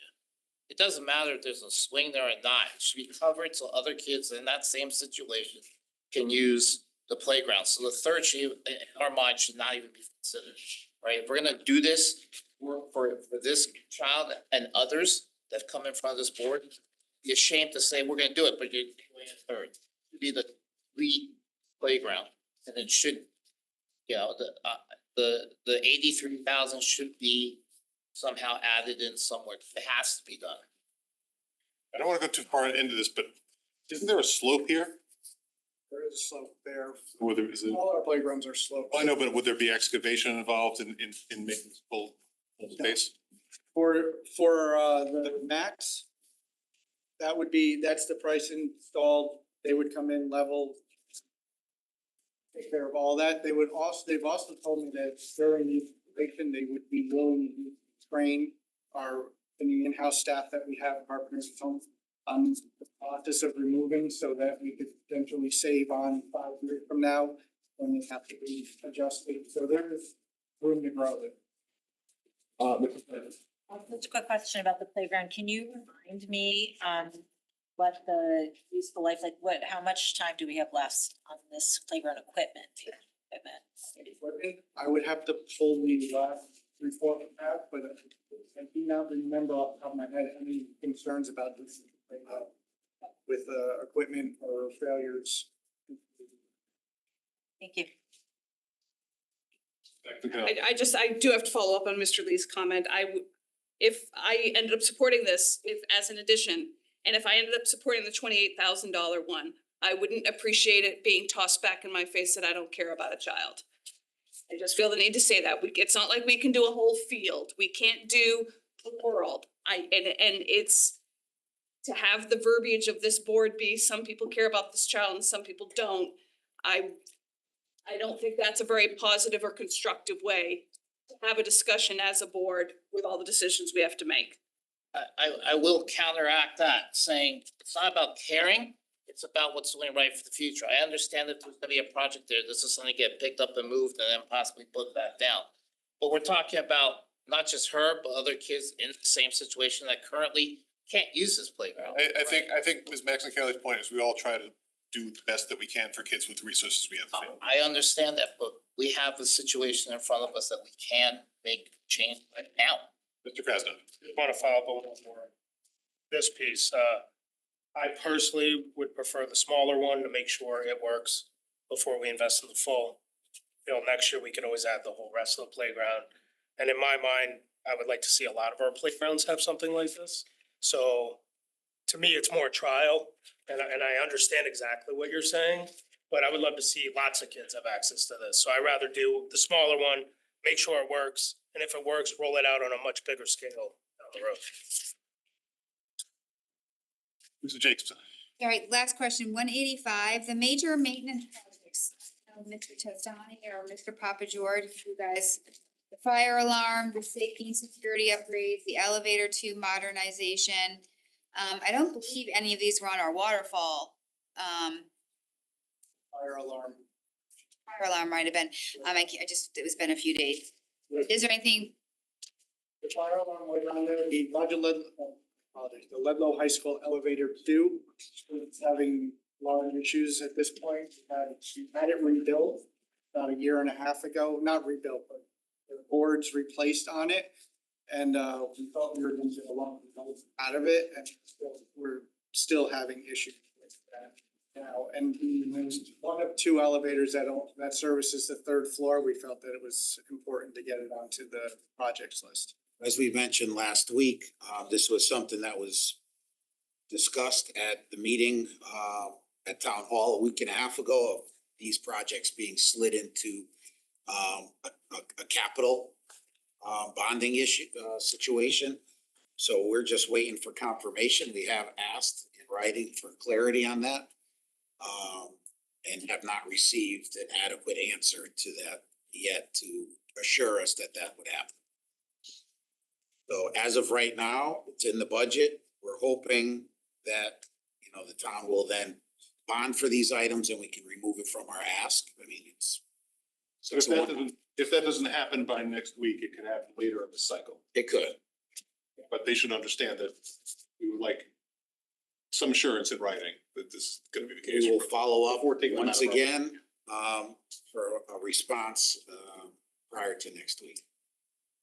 Ms. Jacobson. Just to follow up, when you say response in writing, are you saying that from the 3 boards, you would expect that they would support it in terms of knowing what a vote might be? Cause Well, no, it's kind of hard to get by next week. I'm hoping that we can get some assurance, at least from the first selectman, that this is going to be a priority of his to push and advocate for with the other boards.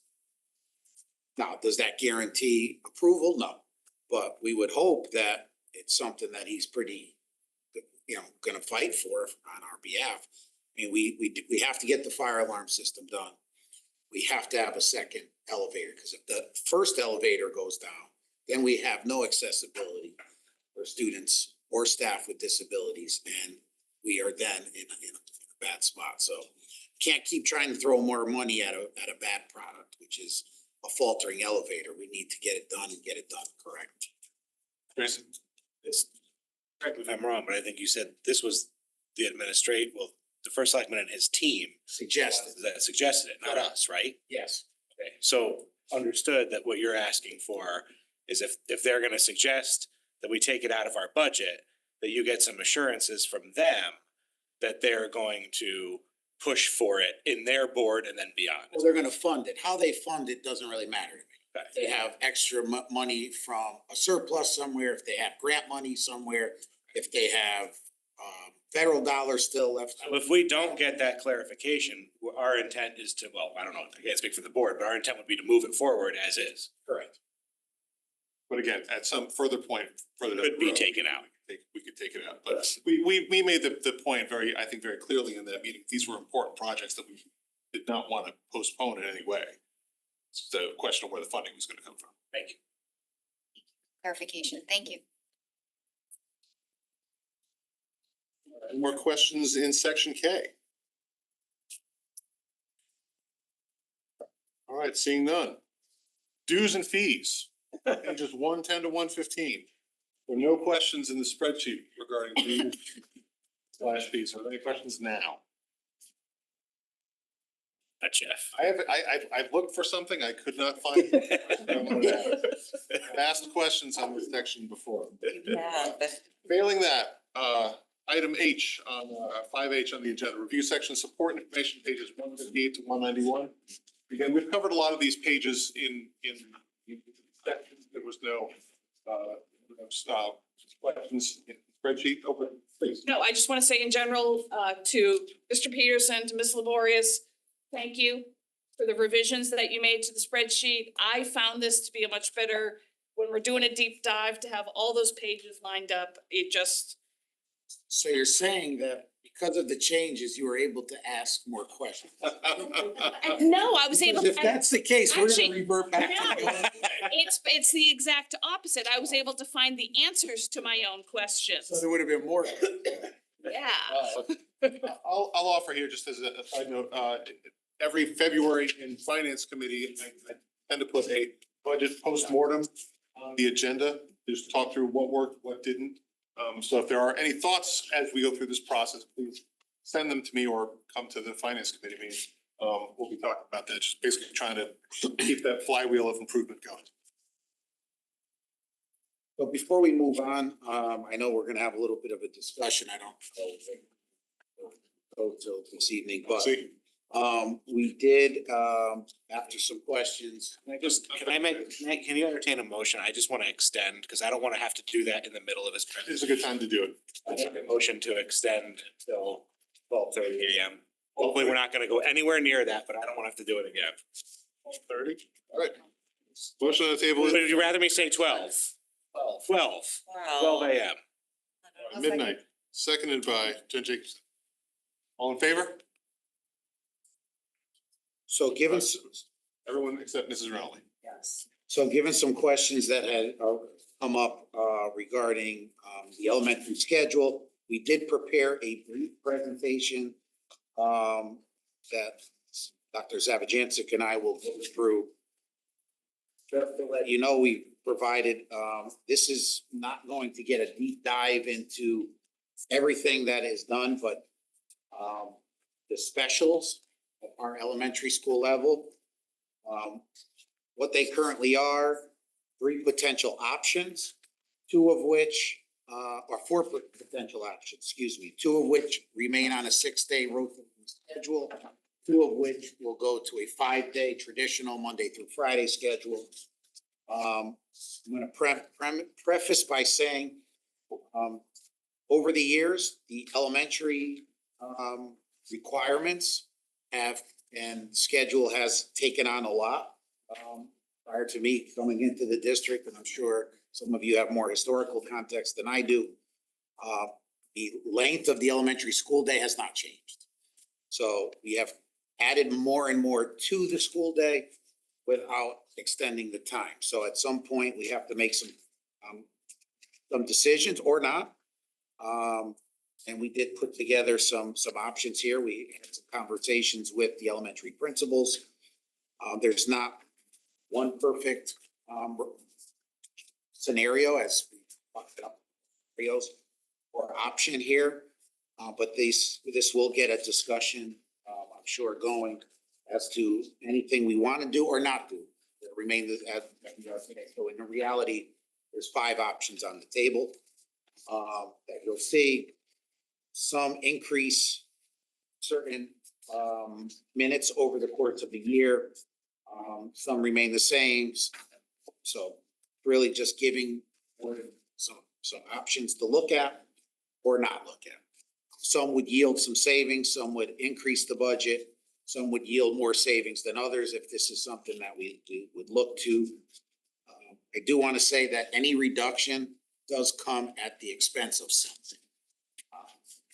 So by taking something out of the 6-day rotation, students do lose something. Whether it be if the reduction comes and we use STEAM as an example, because it was the last thing that was added. That's not necessarily what we're advocating for. But if STEAM was reduced and came out of the elementary schedule, there is this year there's a unit of science that was taken out and shifted into the STEAM curriculum that I was made aware of through our science program director. There are some engineering and coding things that get done and computer science that gets done in the STEAM curriculum. So there will be something that may not be picked up by the classroom teacher. But at the same time, you know, it is the last thing in. Just wanted to present that. We have some tremendous educators that do work extremely hard. They also support the science curriculum as the math science teacher has taken on a little bit more, as discussed earlier, accelerated math curriculum, providing that service. So there is a discussion around reduction. I then caution that we have some latitude as to how we can fill some voids as well. Any reductions that are discussed wherever they land. So that being said, I'll ask Dr. Z to come up. Have it up on the board.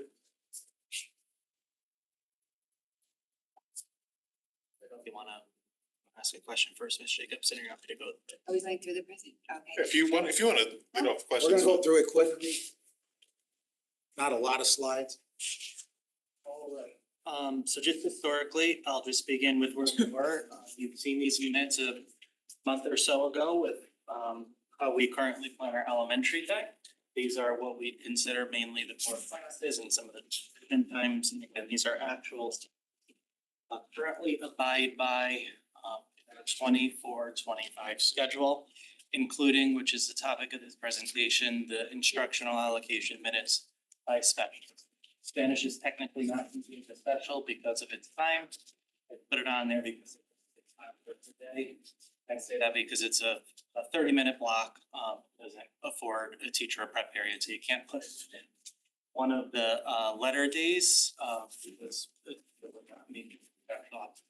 but nonetheless, it is in addition to the core groups there. This is, and I just did 4th grade throughout, is that grades A or the other remaining grades may shift a little bit with the art time. But as examples illustrative throughout this presentation, it says grade 4. I did not add in all of the core classes, but simply how the specials fit in across a 6-day week there.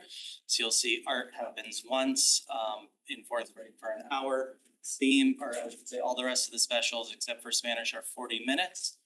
Generally, it happens within that block. You'll see Spanish is in lieu of a core class on 2 days, and so is one of the other specials. In this instance that I portray here, it's library of a core class, but it could be any of the others depending on how the schedule is written for that term. On each of these slides, you'll see some attributes at the bottom that we used in terms of determining the options move going forward. And just to note that there has to be at least one day. There are two specials in one day so that we can have grade level e-meetings. If we didn't have two specials in one day, that would not be able to happen because we would only be able to fill the requirement. So here are the four considerations. We'll go through at the end of the presentation. You'll see the minute and hour variances by the 5 and 6 days, which I'll give you a summary. So option one here that we are putting forth, again, a grade 4 example, you'll notice that it is a 5-day schedule. It keeps our allocation as the same minutes as this year. You'll see it's still an hour class, a 60-minute class, similar to what we're currently working on. The difference here is that you get more classes per year, which you'll see in the attributes. So instead of 6 days, you go every 5 days. It gives you approximately 6 more classes every year, and nonetheless more time, which as I said, you'll see at the end. It's still offered once every 5 days. The others remain the same, offered twice every 5 days. PE and music offered twice every 5 days. Library remains the same as one. Each slide is followed by how the specials pan out outside of the schedule. If you're just looking for the minutes, which is this slide in front of you as well. Remember, Spanish, I should have said, is also 3rd through 5th, so it's a different schedule. The second one, shifting back to a 6-day rotation, an A through F day. Looks similar for all of the specials except for art at this point. You'll notice it shifts to following a similar pattern as PE and music, which is a 40-minute period, but it happens twice in the week. So instead of 60 minutes once every 6 days, which is what we're currently doing, it's 80 minutes every 6 days and follows the others. One of the benefits of this is that you can schedule a block in your schedule. And all of the sections work the same 40 minutes versus some extending 60 to 70 minutes or 55. And again, just for the in lieu of classes, as a reminder, I've placed them in there. Spanish is an obvious one, but library might alter with PE one day, and that might be in lieu of a core class. So that was just a choice to put this in. Again, this eliminates STEAM from that schedule. So basically what happens is we take STEAM and replace it with our same 6-day schedule. More time, no STEAM time. It's a trade-off. Option 3 goes back to 5. You'll notice that our allocations, and I say the 2019 and prior school years, so you may remember that we shifted after that. 4th and 5th grade were 70 minutes prior. K was always 40 and 1 through 3 were 55, and that'll come up on another slide as well. That year, I think it was 2021, we went to 60, so we dropped 10 minutes in 4th and 5th and 5 minutes in 1 through 3. So option 3 gives us 5 days to I'll call it pandemic minutes. So there is more art time. Everything else pretty much remains the same. STEAM again is removed from this option here due to the drop in. And there are the minutes for and then going back to a 6 here for option 4. All specials except art meet 40-minute block across all days. Notice art goes back again to the pre-2020 levels, which are listed there. STEAM remains in this schedule because we have a 6-day as the classes rotate. So this is basically what we're doing now, 24-25, with art in pre-pandemic minutes. As option 4, against things. So you can see the minute variances. We put options 1 and 3 on this first slide because those are the 5 days. And on the next slide, we put 6-day options. The first, or I should say the second line there, is what we're currently doing. This is a comparison point. Art goes up in each of these minutes, and at the bottom are the art, just for comparison, the art, pandemic minutes there with it. So Testani, I don't know if you have anything else to add? Yeah, so we added the 6-day option 2 with the 2 40-minute arts. It just helps, according to the building principles, it's the cleaner way to schedule because everything is 40 minutes rather than currently having variances in number of minutes based on what grade you're in for art. Not that it won't work, we can still make it work. And where we say there's no FTE needed, that would be based on just current number of sections that we're running each building. As we all are well aware, if sections increase in a specific building and don't increase somewhere else, FTE will increase across the board, not just in the classroom teacher, but in the specials areas as well. So, and we are anticipating and we have budgeted for some increases next year. Due to elementary enrollment, we do have a couple of classes that are right at projected max, but those are at schools like McKinley and Osborne Hill where we are figuring that they could go over just by historical data. So, but everywhere across the board, I think we've tried to achieve what we can.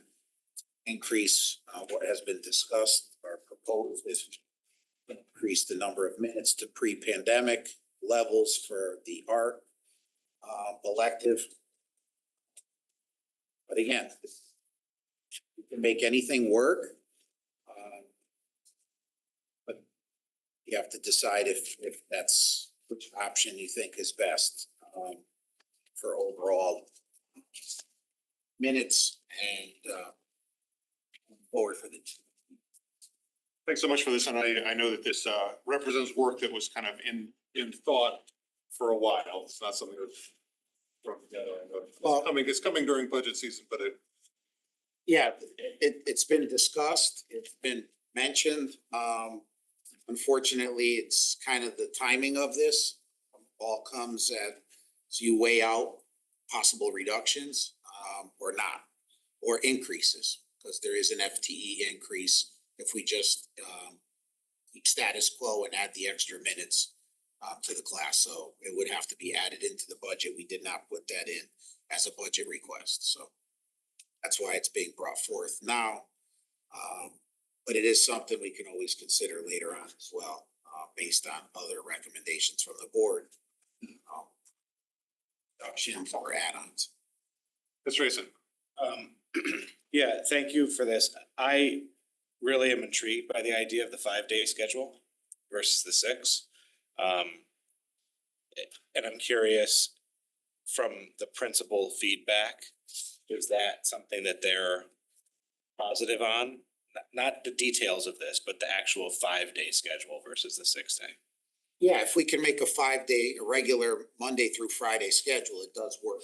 Because those staff members that do travel, much easier to say I go to Holland Hill on Tuesday than I go to Holland Hill on beach. The B-day fluctuates. So that would make things a little bit more convenient to schedule.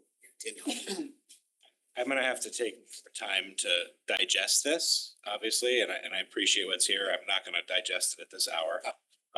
But my only feedback would be, while I appreciate the idea of trying to restore art, what I also heard was that we're using STEAM time for what would normally be science lessons. Because we don't have enough time in the science curriculum time block in the schedule. So I would be interested in going down a path of a 5-day schedule.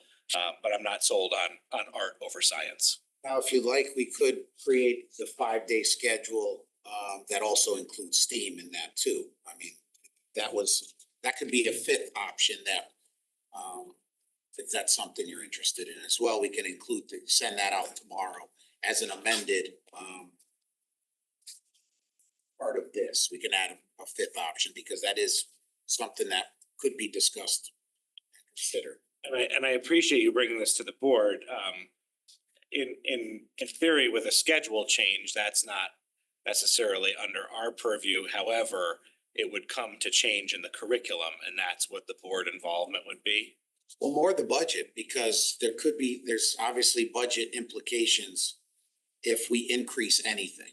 So budget and potentially curriculum, because we have STEAM, if we were to take it out, that's something that is a board approved. Well, then it would shift back to the classroom teachers. I think one thing that we are all well aware of that, depending on the teacher, the comfort level of teaching certain content areas as standards and things have evolved over the last few decades is becoming more and more demanding. So, I mean, I would sense, and we talked about this a little bit today, at some point, don't know when in the near future, you're going to see more specialized or departmentalizing in the younger grades, just because it's becoming more and more difficult to make sure that the teacher can teach science well, can teach literacy, can teach math, given the demands of today's education. And then my last question would be, in this hypothetical example, we use removing STEAM. And again, as you said, you're not advocating for that here at the table, but in theory, you would be talking potentially about eliminating FTE, but not eliminating staff members. Those staff members are already certified teachers and would be able to go into other roles through attrition and openings. For sure. For sure. Thank you. President. I want to kind of piggyback what Mr. Asa was saying, and I have my own questions. Since I got here, been intrigued by a 5-day model. I do feel science and social studies do lack attention a little bit in our elementary schools. Is there a way to find 60 minutes every day alternating science and social studies? I don't know where we take it from, whether we. I don't know if there's any flexibility, maybe 80 to 75. But some way to squeeze out an extra 20 minutes a day. So instead of it just being 40, we go to 60, we'll do social studies science every other day throughout the week. Now I know one day, maybe a Friday, they have to switch each week which one it is because it's only 5 days, not 6. But I'd be very intrigued to see something like that if it's a possibility. I do think both of those subjects. I think our program directors would prefer to have a 60-minute every other day shift in how we offer it. I think it's more consistency. Yeah, like you said, it would come from somewhere. I'm not saying where it would come from now, but I do think that we've jam-packed a lot of things in the elementary schedule. I would appreciate that if that's a possibility. Ms. Guernsey. So while I appreciate the concept of these schedule options, I really genuinely feel that giving it at this hour is just actually makes things so much more difficult for this board. What I had been pushing for many years is to replace art back to the original levels. I think, just looking at this quickly, that's option 4. So that's what I had asked for. Where I think that this presentation is like the greatest weakness is on this first page, instructional minutes allocations. And Mr. Krasnoff alluded to this. We're not capturing our instructional time. We're not increasing science and social studies, which was what I thought was the impetus for this project all along, not to eliminate STEAM, but to increase what we're doing. So I don't see how that plays into this work. And it just seems like this is the start of a conversation and the timing of it seems really unfortunate, actually. Given that, I mean, even here, we have 4 different options. There's no specific proposal that came from the superintendent of what prioritize, and I mean, I could tell you I prioritize number 4. But long term, I have no, it doesn't meet the needs that I thought we were gonna address for instructional minute allocation, so. I Well, don't just know. speaking to that, the instructional minute allocation, I mean, we haven't lengthened the school day. So, Right, I mean, we can't, I mean, you're gonna have transition time. There's nothing you can do about that. You have to have recess. Lunch is 30 minutes. You have a snack. You have to get ready for dismissal and arrival. That, we can say that doesn't exist, but it does. We have math, we have social studies and science. If we want to increase the social studies and science, we can look at it holistically across the board in a week, but something's gotta go. I mean, and if can I respond to Go that? for it. I think that the conversation that I had been hoping to have all along was around like in reading and writing, for example, that's increased. Why can't that time, for example, be pushed back to science or social studies? Like, I'm not looking to make lunch shorter. I'm looking at flex time. I'm looking at like, I mean, of course not. So those are the kinds of things that I'm thinking about, like, why were those decisions made? Can we be flexible? Or knowing that our science scores are not impressive and our social studies is an area that best. So that's, you know, I can only imagine weakness in that area, given the amount of time, instructional time that we dedicate to it. So I mean, I can make a recommendation that, I mean, I have no issues doing that. I think that it's not gonna be a popular recommendation, but to your point, we do test for science, so I wouldn't wanna reduce anything or not spend more time giving support there. Talk about social studies. I mean, we're up for curriculum review, so that needs to be discussed. The flex time is used to do a lot of the intervention work that we're required to do, the MTSS work. We can, literacy and writing is extremely important. Could make a small reduction there. But it's not gonna be a popular recommendation, but I see that we're offering regardless in either cycle, 5 or 6, we're offering 2 30-minute Spanish classes to the entire group of students who then in 6th grade pick up Spanish again as if they're new students. So I would see that there's value there, but I think there's a value added to those other areas that supersede those two. And not to say that what the world language teachers do with those students isn't important, but at what do we want to, where do we want to give? We have to start prioritizing or stay at the 66-day rotation and we add the time to heart and call it a day. So just 2 more things to follow up. One, I would just respond by saying that I would welcome that conversation where we're working as a board to prioritize this, right? Because we've never been doing that. Sure. So that is a conversation, not right this minute, today or next week, but in the future. Sure. And it should be a healthy, like robust conversation that I would anticipate would take quite some time, right, to come to that place. And it's the second thing. I'll get back to you. Okay. Yeah. Mrs. Jacobson. Thank you. Can I just have a clarifying question, if you will? On none of the options do I see the 55 minutes chorus. Options 1, 2, and 3, the music block or that go down to 40 minutes. So to be clear, what should also be redlined is chorus.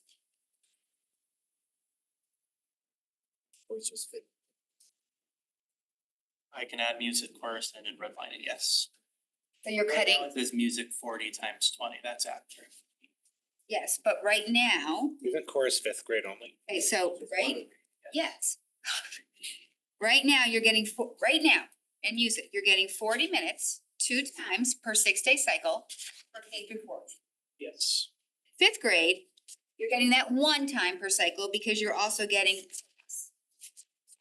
So in all of these options, there is no more chorus. Or still exists at 40 minutes. 2 music. They get 2 of them. 2 musics. It says music. So K5 is getting, so I guess I'm just not clear. I'm not clear. Music's at 40 minutes, then would be chorus. Okay, so. Yeah, this is, I need to sit with this. This isn't. Right now, when you're in K4, you're getting 2 40-minute classes of just music. General, This says 40 minutes, 2 times per 5 days.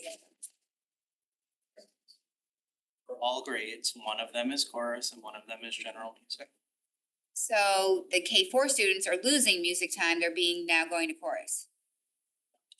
K4 remains 2 times general music. Those are 2 music classes.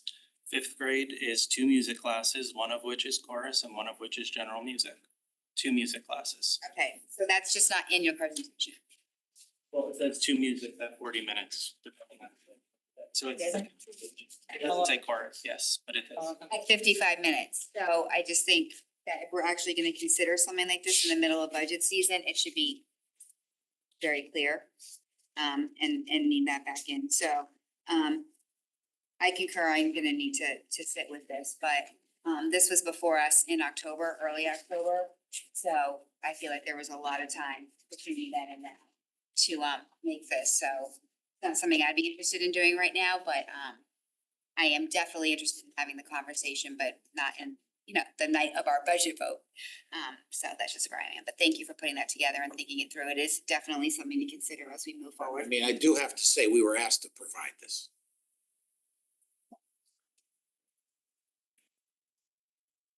Tonight, For this budget season, yes. With the thought that this work may be necessary further down the road. That this is a conversation that we may not need to have this week or next week, but we need to have it. Most likely, if we're So- planning ahead, looking at possible massive reductions from the town. so this is in response to a proposed reduction from the town, not because we're thinking instructionally or minutes wise or curriculum wise or education wise. It's a fiscal decision. No, Okay. this would be a conversation. It's been accelerated as a result of that. It would be a conversation when, because we had it in October. We touched on it, yes. Right, but we didn't talk about where we would like to go.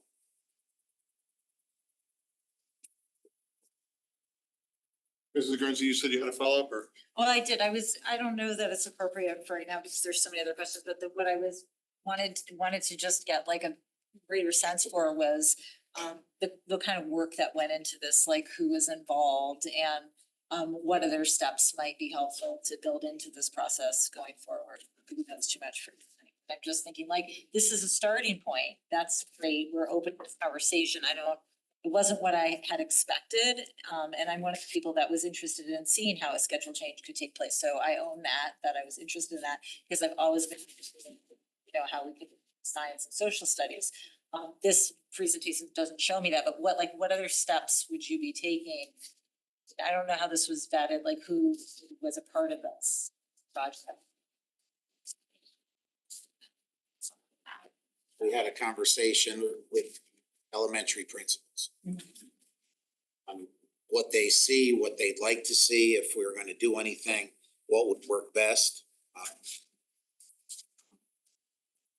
If this is to gain more science and social studies time, then because that was not the understanding that was communicated.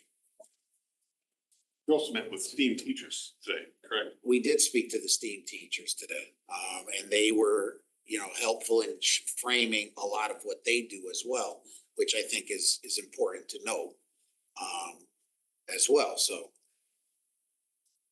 Mr. Krasnoff, you have a question? Yeah, just a few quick things. One, is there any way we can get an idea of some of the savings that are anticipated with some of these options, just so we have an idea of what 5-day versus 6-day? I feel like that may have been the point of speeding this up, so you can just have an understanding. At least I would appreciate it. I don't know if everyone wants to further the conversation or not. It ranges, but yeah, we can put that. That would be great. And in terms of, again, what I would love to see, the 60 minutes of science and social studies. I don't know how you would capture that eliminating Spanish, because it's only 2 days. I would figure it would have to come out of every day. Now, I don't know if there's time, it's not like. By capturing that hour a week, that can be spread out as well. So there could be days where you can spend more time. If there's a science project, for example, then you can extend on that particular day and have 40 minutes, rather than an hour. Or you can, you can spend more time on writing that day, especially with, kindergartens can't write for 45 minutes. They also can't necessarily sit and read it for 2 hours, but we won't, Well, we won't go there right now either, What but. they can do for certain periods.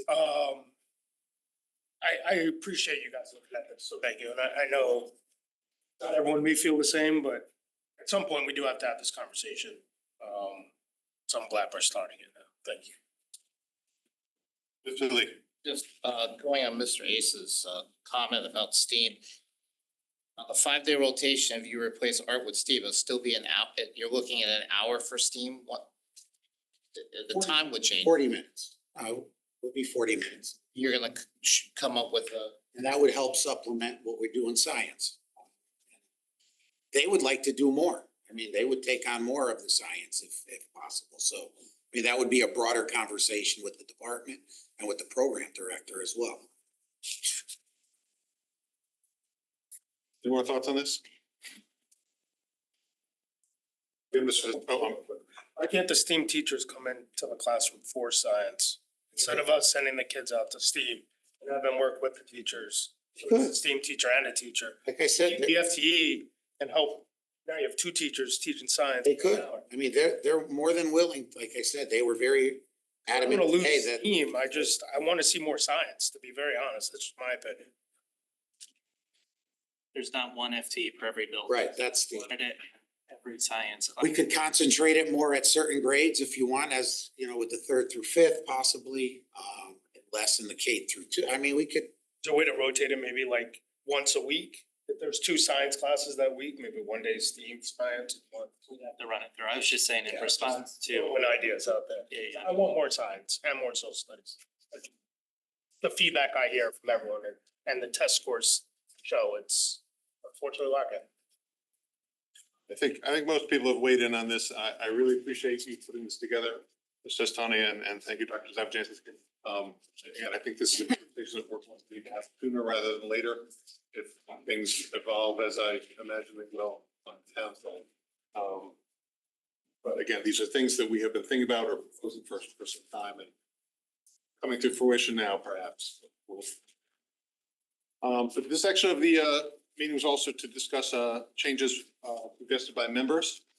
If there are things that we want to, individual members want to highlight as potential budget adjustments for next Tuesday's meeting, now would be the time to signal that. There's also a page on the spreadsheet for this. I would encourage anyone who wants to seriously make an investment to put it on the spreadsheet as well. So what we're going to need is specific numbers, specific sections, very specific guidance. So if there's anyone who wants to begin with thoughts? One quick question. Yes. My understanding is that because invariably, if we fumble around trying to find the right line number and the right way to do it, could we do it in I think it was the column in the far right of here's the proposal, and then we get staff help to fill in those other ones, because that would take me a lot of time to do it and I would probably do it wrong. That was kind of my understanding of what the spreadsheet was designed to do. Is that correct, Ms. Laborious? If you fill in as much detail as you have, I can quantify it for, so even if it's a broad proposal, I know what. And again, I would encourage everyone to do that. I myself have fallen into the topic of thinking something was going to be very easy to put together and taking, or it was 45 minutes last year. That's on me and learning experience. Any thoughts from members? I thought there's a lot of things that look like adjusted already. I personally would prefer Mr. Castani and his team do that piece. And then we can decide which we like, which we don't like, but we can add to it further. Like, for example, I would love to do something with the textbooks, but I have no idea what number to give you right now. I'd rather see their presentation of what they think they can give us and go from there. I just think it'll be more efficient that way. Mr. Jason? Well, to Mr. Krasnow's point, I think a simple listing of all of the adjustments that have been found throughout this process, the straightforward ones, in a grouping, I think you've done that in the past. Just so we know, so like the little errors that were here and there that happen, if those can all be caught in a grouping of a bullet point of the adjustments that are recommended. And I mean, I guess I'm trying to figure out what we're doing. Because leadership's been asked by the first selectman to come in at a number that's way below. And this is a little unorthodox, and it's not uncommon that past administrations, since I've been on the board, 2 past administrations have said, because I was in leadership and in meetings, have said, you know, you really need to sharpen here, and, you know, $500,000 here, 800 there. I remember the number 800 years ago from one of a past first selectman. But the board is working with a budget that our superintendent presented as what is needed. And normally the course of our job is to determine on that basis what, if anything, we think should change. And I'm a little, while I appreciate the conversation with the first selectman and his team, I'm a little unclear on, as a board, are we supposed to go down that path of trying to find $4 million? Or should we focus on what we've always done, on honing in and a check and balance on what was presented, and then letting it go through the process? Obviously, if there are some things, you know, that we can catch that are glaring, that we agree as a group or a majority, that we can save, you know, $500,000, $1 million. But look, we're looking at an increase in transportation with a potential minor offset from routes. We're not being asked to find $4 million. We're being asked to find probably closer to 5 by the time we add all these ads in here.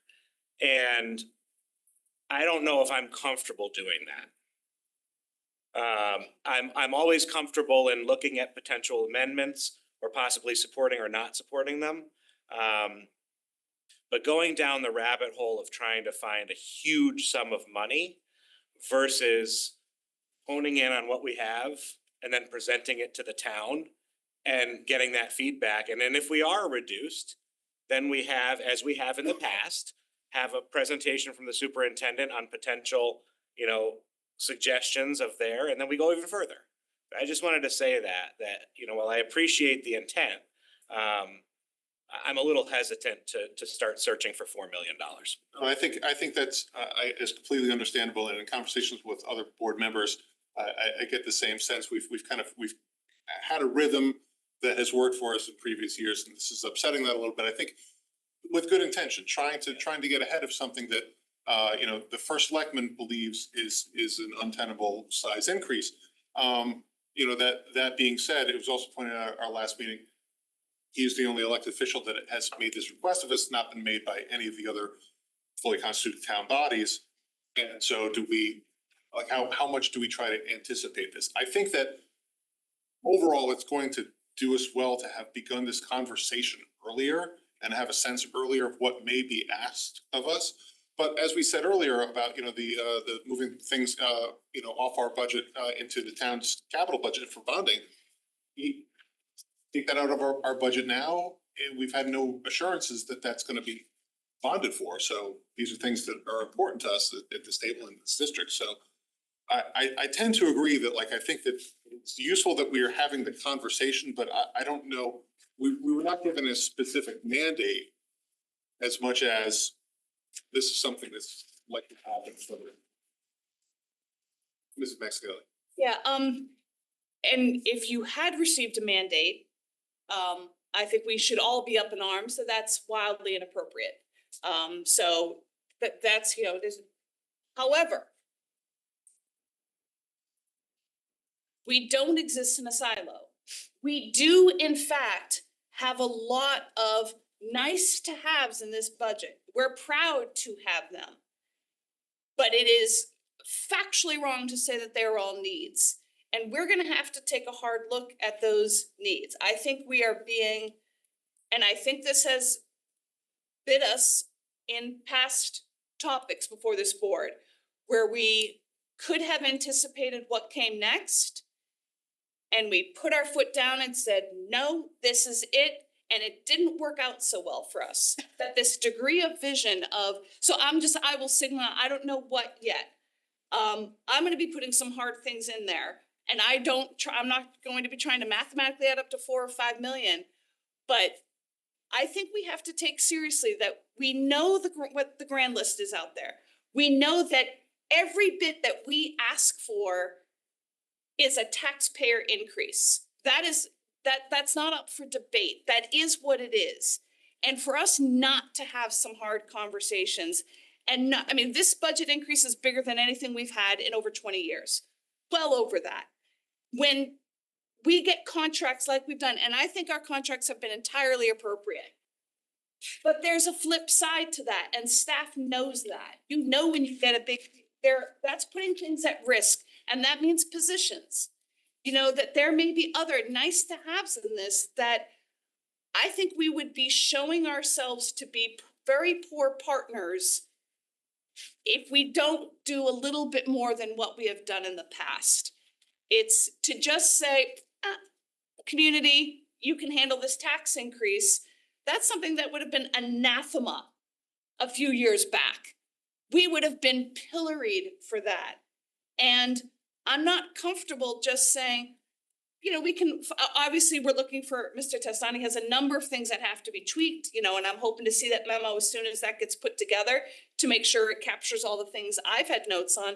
But we have to do at least some hard work now, because it sends a signal that we understand what this is doing to taxpayers. And that what was not a mandate, again, that would have been highly objectionable, but what was a bit of guidance that this is not doable.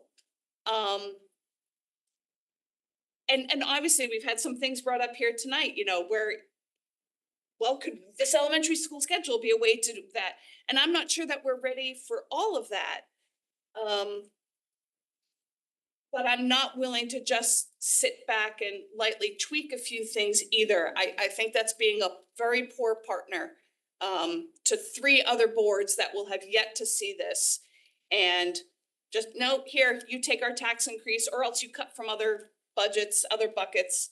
I think that would be an unfortunate choice. So before we get too deep into this, I mean, inclusive of the capital, $1 million for capital, if that comes to fruition.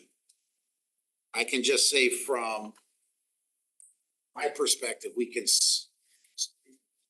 reduce in large buckets and not get too specific right now.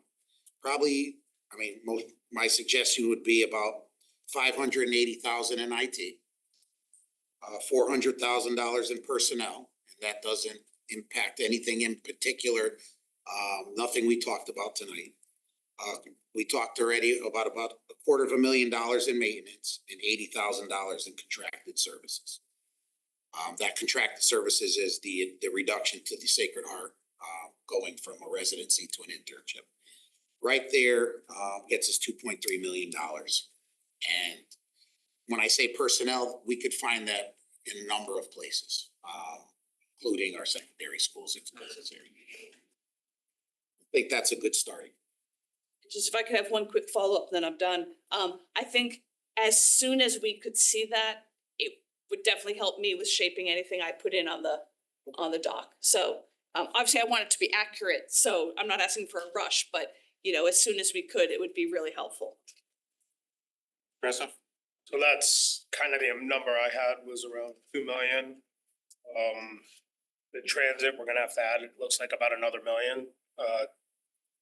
but we're gonna hopefully offset it with another million, so instead, we'd add 2 million, offset it with 1 million, being net 1 million or so increase.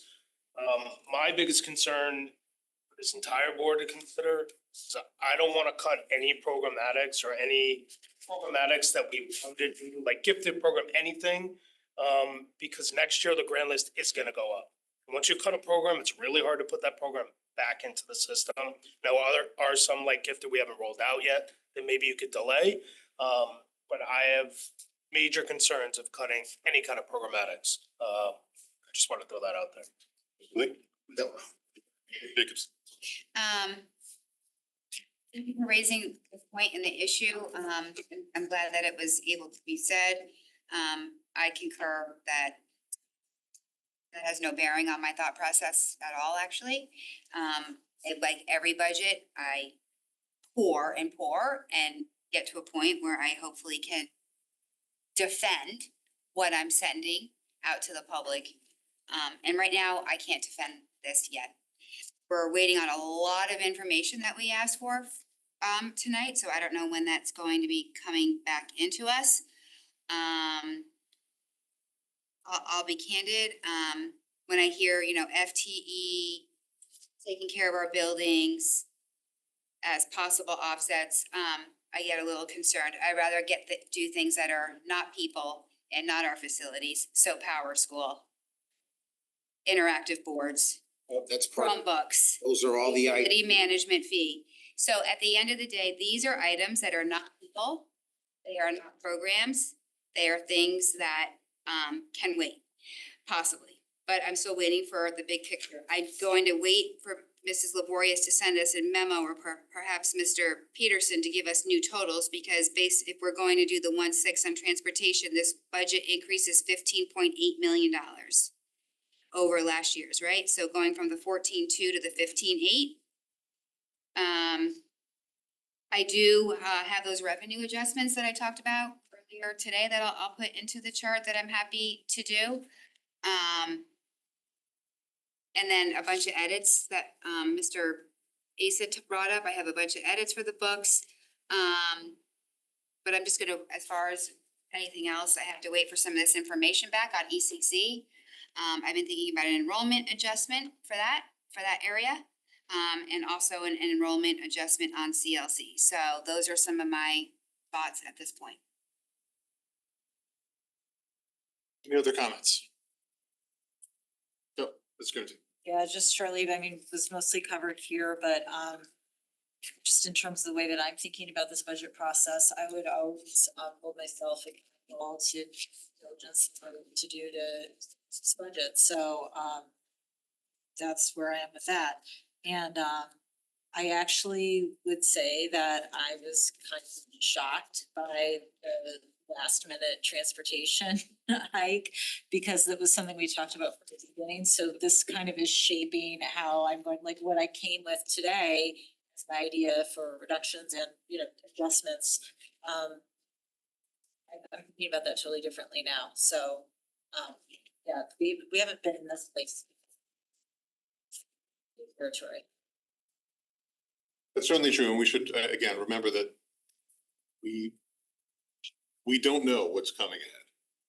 We have a sense. I think we've the first selectman has kind of given us a hint.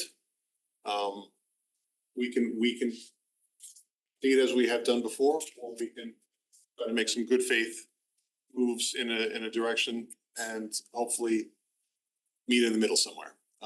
But I think that this is going to be a long and back and forth budget season. And there's only so much that we're going to be able to do here next week in any event. I tend to be along Ms. Max and Kennelly's lines that I think we need to make a meaningful step in that direction. But as always, we are a board kind and go with the majority. With that, if there are no other comments, I'll entertain a motion to adjourn. Mr. Asa, seconded by Mr. Lee, all in favor? Vote is unanimous. Thank you very much, everybody.